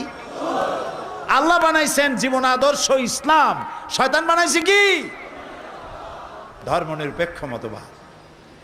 ধর্মনিরপেক্ষবাদীরা তারা মানুষকে বোকা বানাবার জন্যে তারা বলে ধর্মনিরপেক্ষতার মানে ধর্মহীনতা নয়। আসলে বিষয়টি এর সম্পূর্ণ বিপরীত। আমি পার্লামেন্টে, আল্লাহর দয়া, আমি তো ভিন্ন জগতের মানুষ, কোরআনের ছাত্র, আল্লাহ দয়া করলেন পার্লামেন্টে নিলেন। পার্লামেন্টে যারা ধর্মনিরপেক্ষ মতবাদ বিশ্বাস করে তাদের সামনে আমি বক্তব্য রেখেছি। পার্লামেন্টে রেকর্ড থাকবে, যতদিন পার্লামেন্ট থাকবে আমার বক্তৃতার রেকর্ড থাকবে। সে বক্তব্যে আমি বলেছি বিশ্ববিখ্যাত সমস্ত ডিকশনারি সেকুলারিজম, ধর্মনিরপেক্ষতার অর্থ কি আমি পার্লামেন্টকে শোনাইছি। ডিকশনারি দিয়ে তাদের আমি বলেছি ধর্ম নিরপেক্ষতার অর্থই হচ্ছে ধর্মহীনতা। আপনাদেরকে রেকর্ড করার জন্য, কারণ চট্টগ্রাম তাফসিরের মাহফিল স্পন্দন অডিও ভিজুয়ালের মাধ্যমে গোটা বিশ্বে ছড়িয়ে যায়। আলহামদুলিল্লাহ বলেন। যে প্রতিষ্ঠান চট্টগ্রামের তাফসিরের মাহফিল অত্যন্ত আন্তরিকতার সাথে শৈল্পিক সৌন্দর্য দিয়ে বিশ্বময় ছড়ায়, আল্লাহ যেন এই প্রতিষ্ঠান কবুল করে নেন।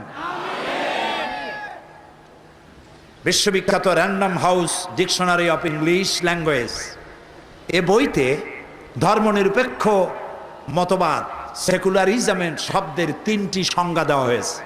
Number 1, not regarded as religious or spiritually sacred, এর অর্থ হলো যা ধর্মীয় বা আধ্যাত্মিক বলে বিবেচিত নয়।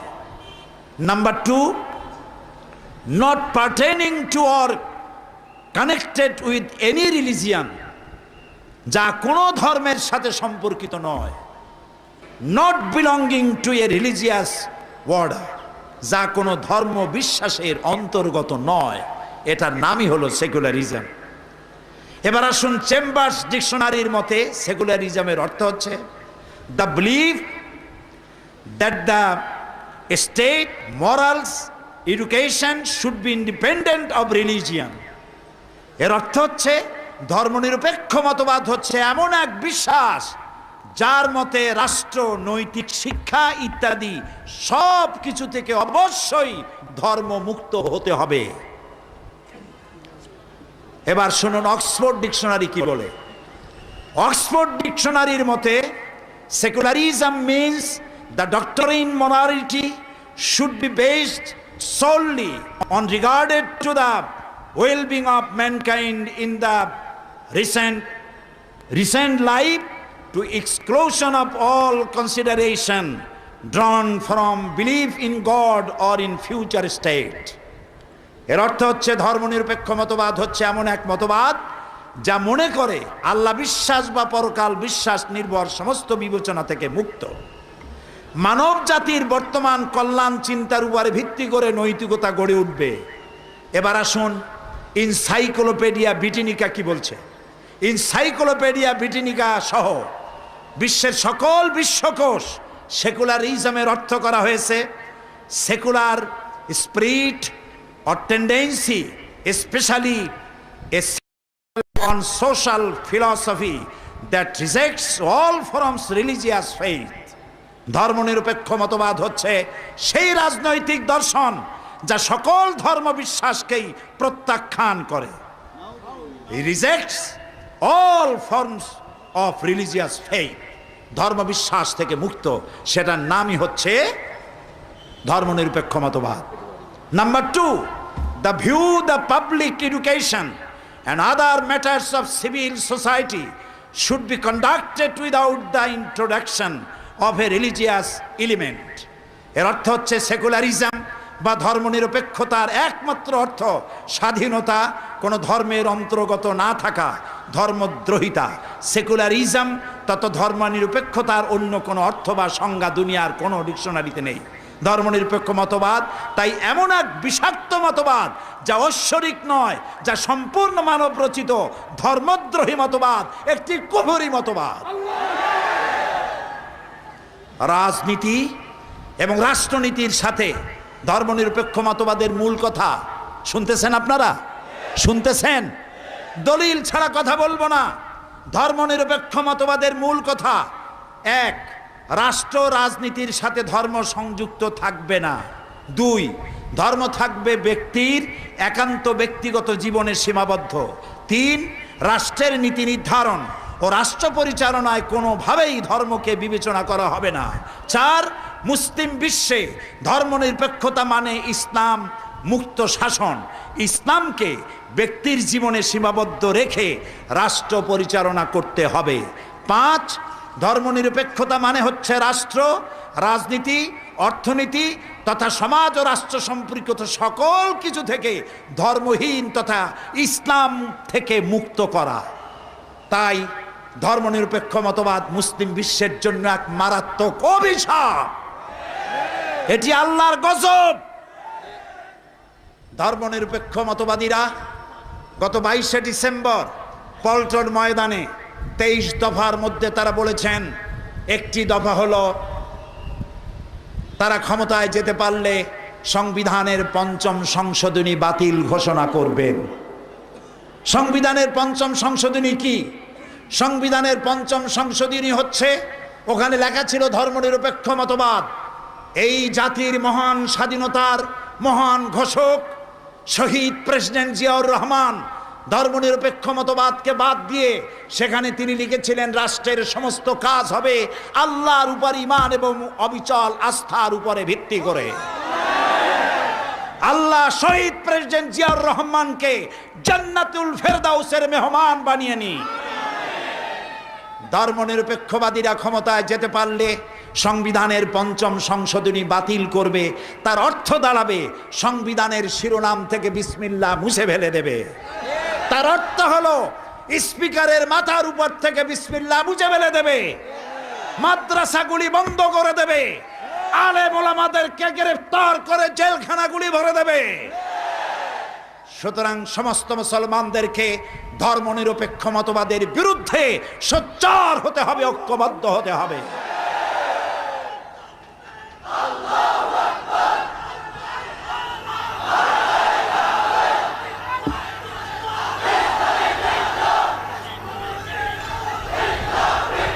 এবার আল্লাহ তাআলা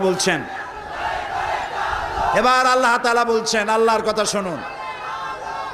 ডিকশনারির কথা তো সব শুনাইলাম, আল্লাহর কথা শুনবেন না? সেটাই তো বেশি শুনতে হবে।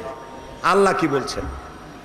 আল্লাহ রাব্বুল আলামিন বলেন, আফাতুমিনুনা বিবাদিল কিতাবি ওয়া তাকফুরুনা বিবাদ ফামা জাযাউ মান ইয়াফআলু যালিকা মিনকুম ইল্লা খিজিউন ফিল হায়াতিদ দুনিয়া ওয়ায়াউমাল কিয়ামাতি ইউরাদ্দুনা ইলা আশাদ্দিল আযাব।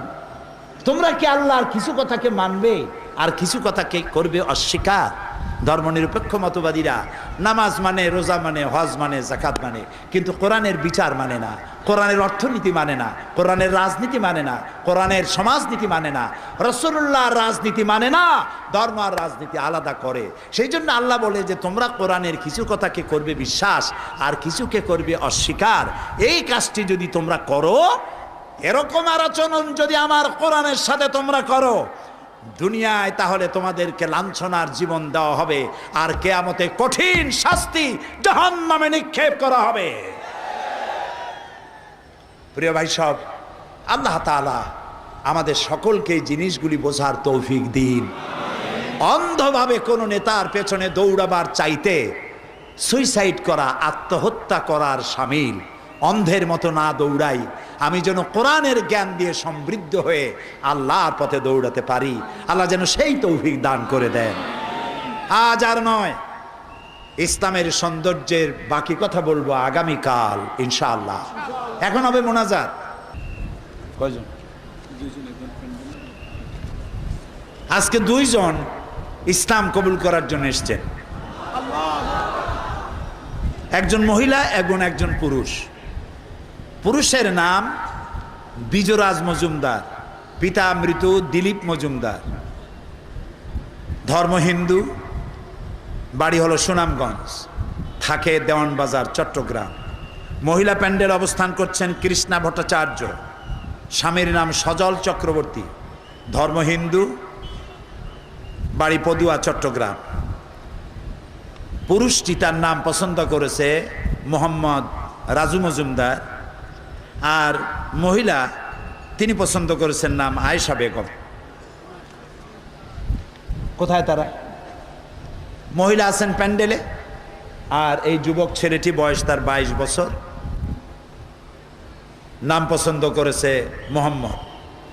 তুমি পড়ো লা ইলাহা।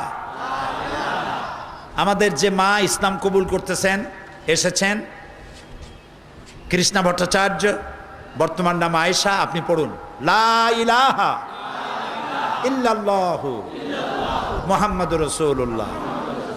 আল্লাহ ছাড়া কোনো ইলাহ নাই, মাবুদ নাই, মুহাম্মদ সাল্লাল্লাহু আলাইহি ওয়াসাল্লাম আল্লাহর রাসূল।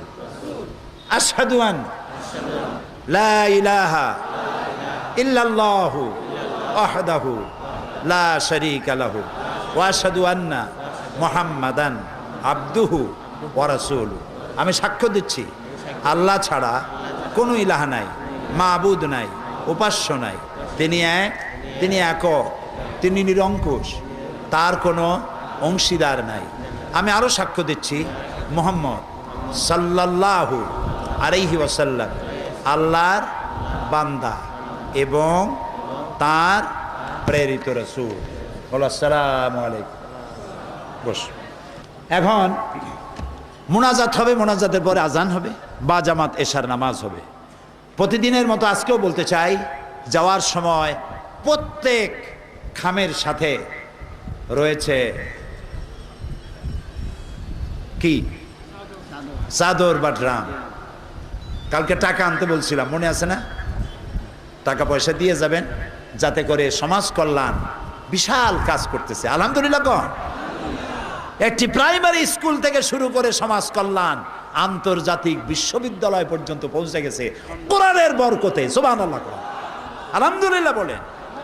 হসপিটাল আছে, মাদ্রাসা আছে, ভোকেশনাল ইনস্টিটিউট আছে, দারিদ্র বিমোচনের পরিকল্পনা আছে। আল্লাহ সমাজ কল্যাণকে কবুল করুন, আমরা বলি আমিন। আজকে মক্কা শরীফ থেকে, কুয়েত, কাতার থেকে, লন্ডন থেকে, আমেরিকা থেকে কয়েকটি টেলিফোন এসছে আমার কাছে দোয়া চাওয়ার জন্য।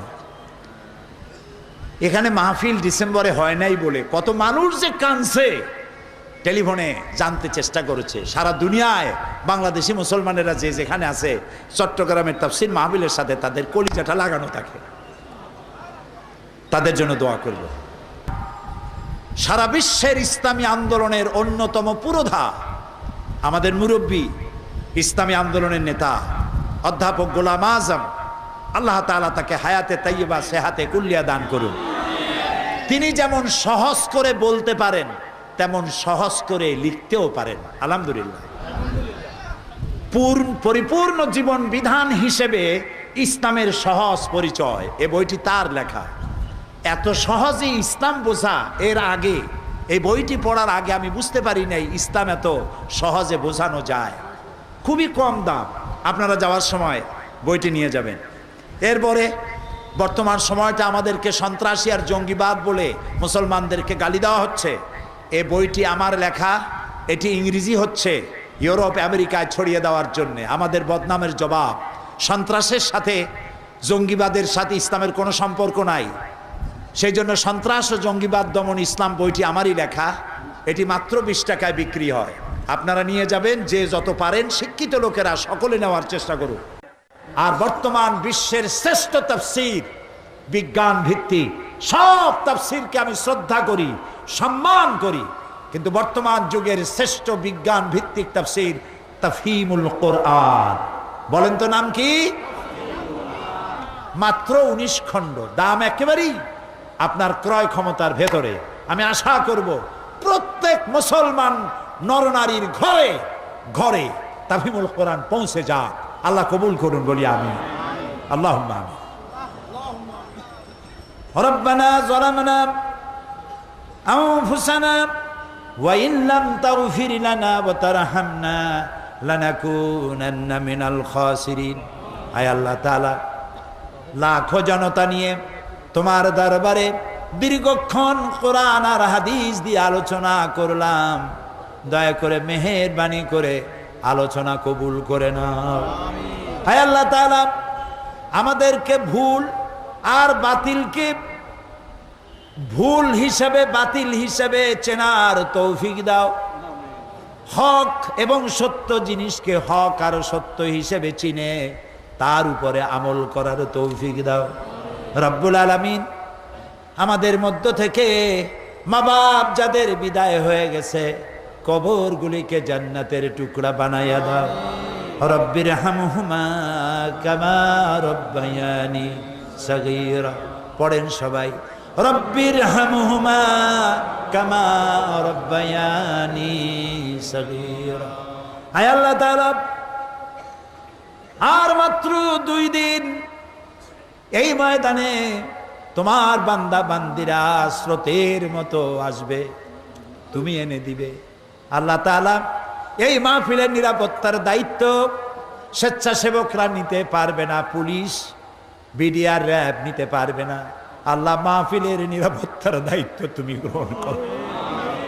তোমার বান্দা বান্দিরা কোরআনের পাগল হয়ে বাসে চড়ে, রিকশায়, ভ্যানে চড়ে দূর দূরান্ত থেকে যাতায়াত করে, দুর্ঘটনা থেকে আল্লাহ তাদের বাঁচাও। তাদের যাতায়াত নিরাপদ করো, তাদের বাড়িঘর হেফাজতে রাখো। আল্লাহ তাআলা, আগামীকাল পরশু তোমার বান্দা বান্দি দিয়ে চতুর্দিক তুমি ভরে দাও।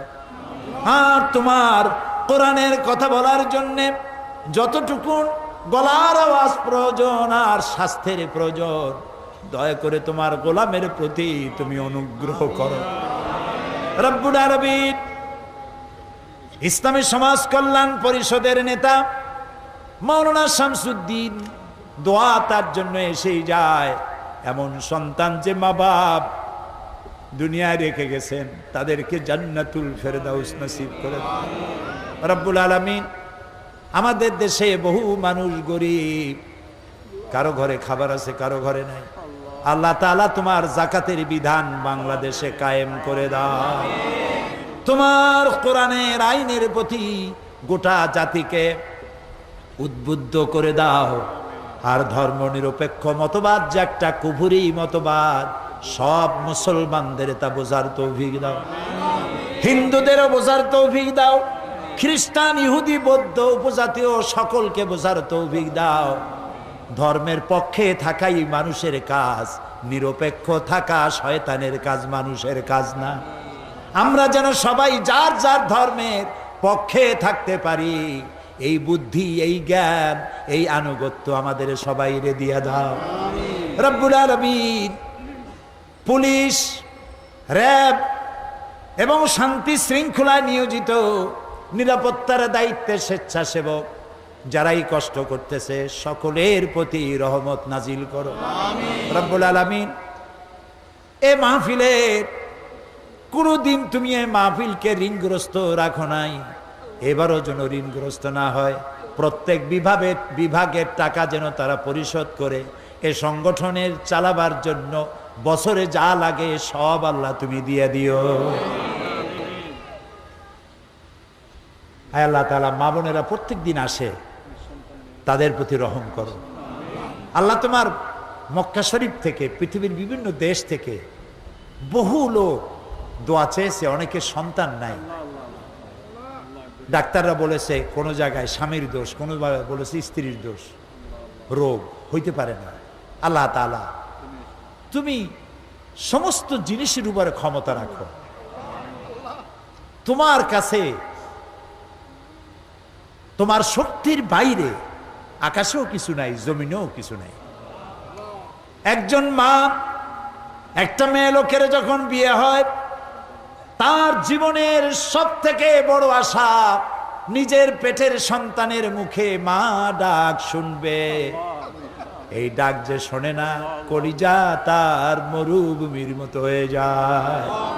স্বামী স্ত্রীর ভিতরে ভাঙন ধরে মহব্বতে, শ্বশুর বাড়িতে স্ত্রীর সম্মানজনক জায়গা থাকে না মূর্খতার কারণে।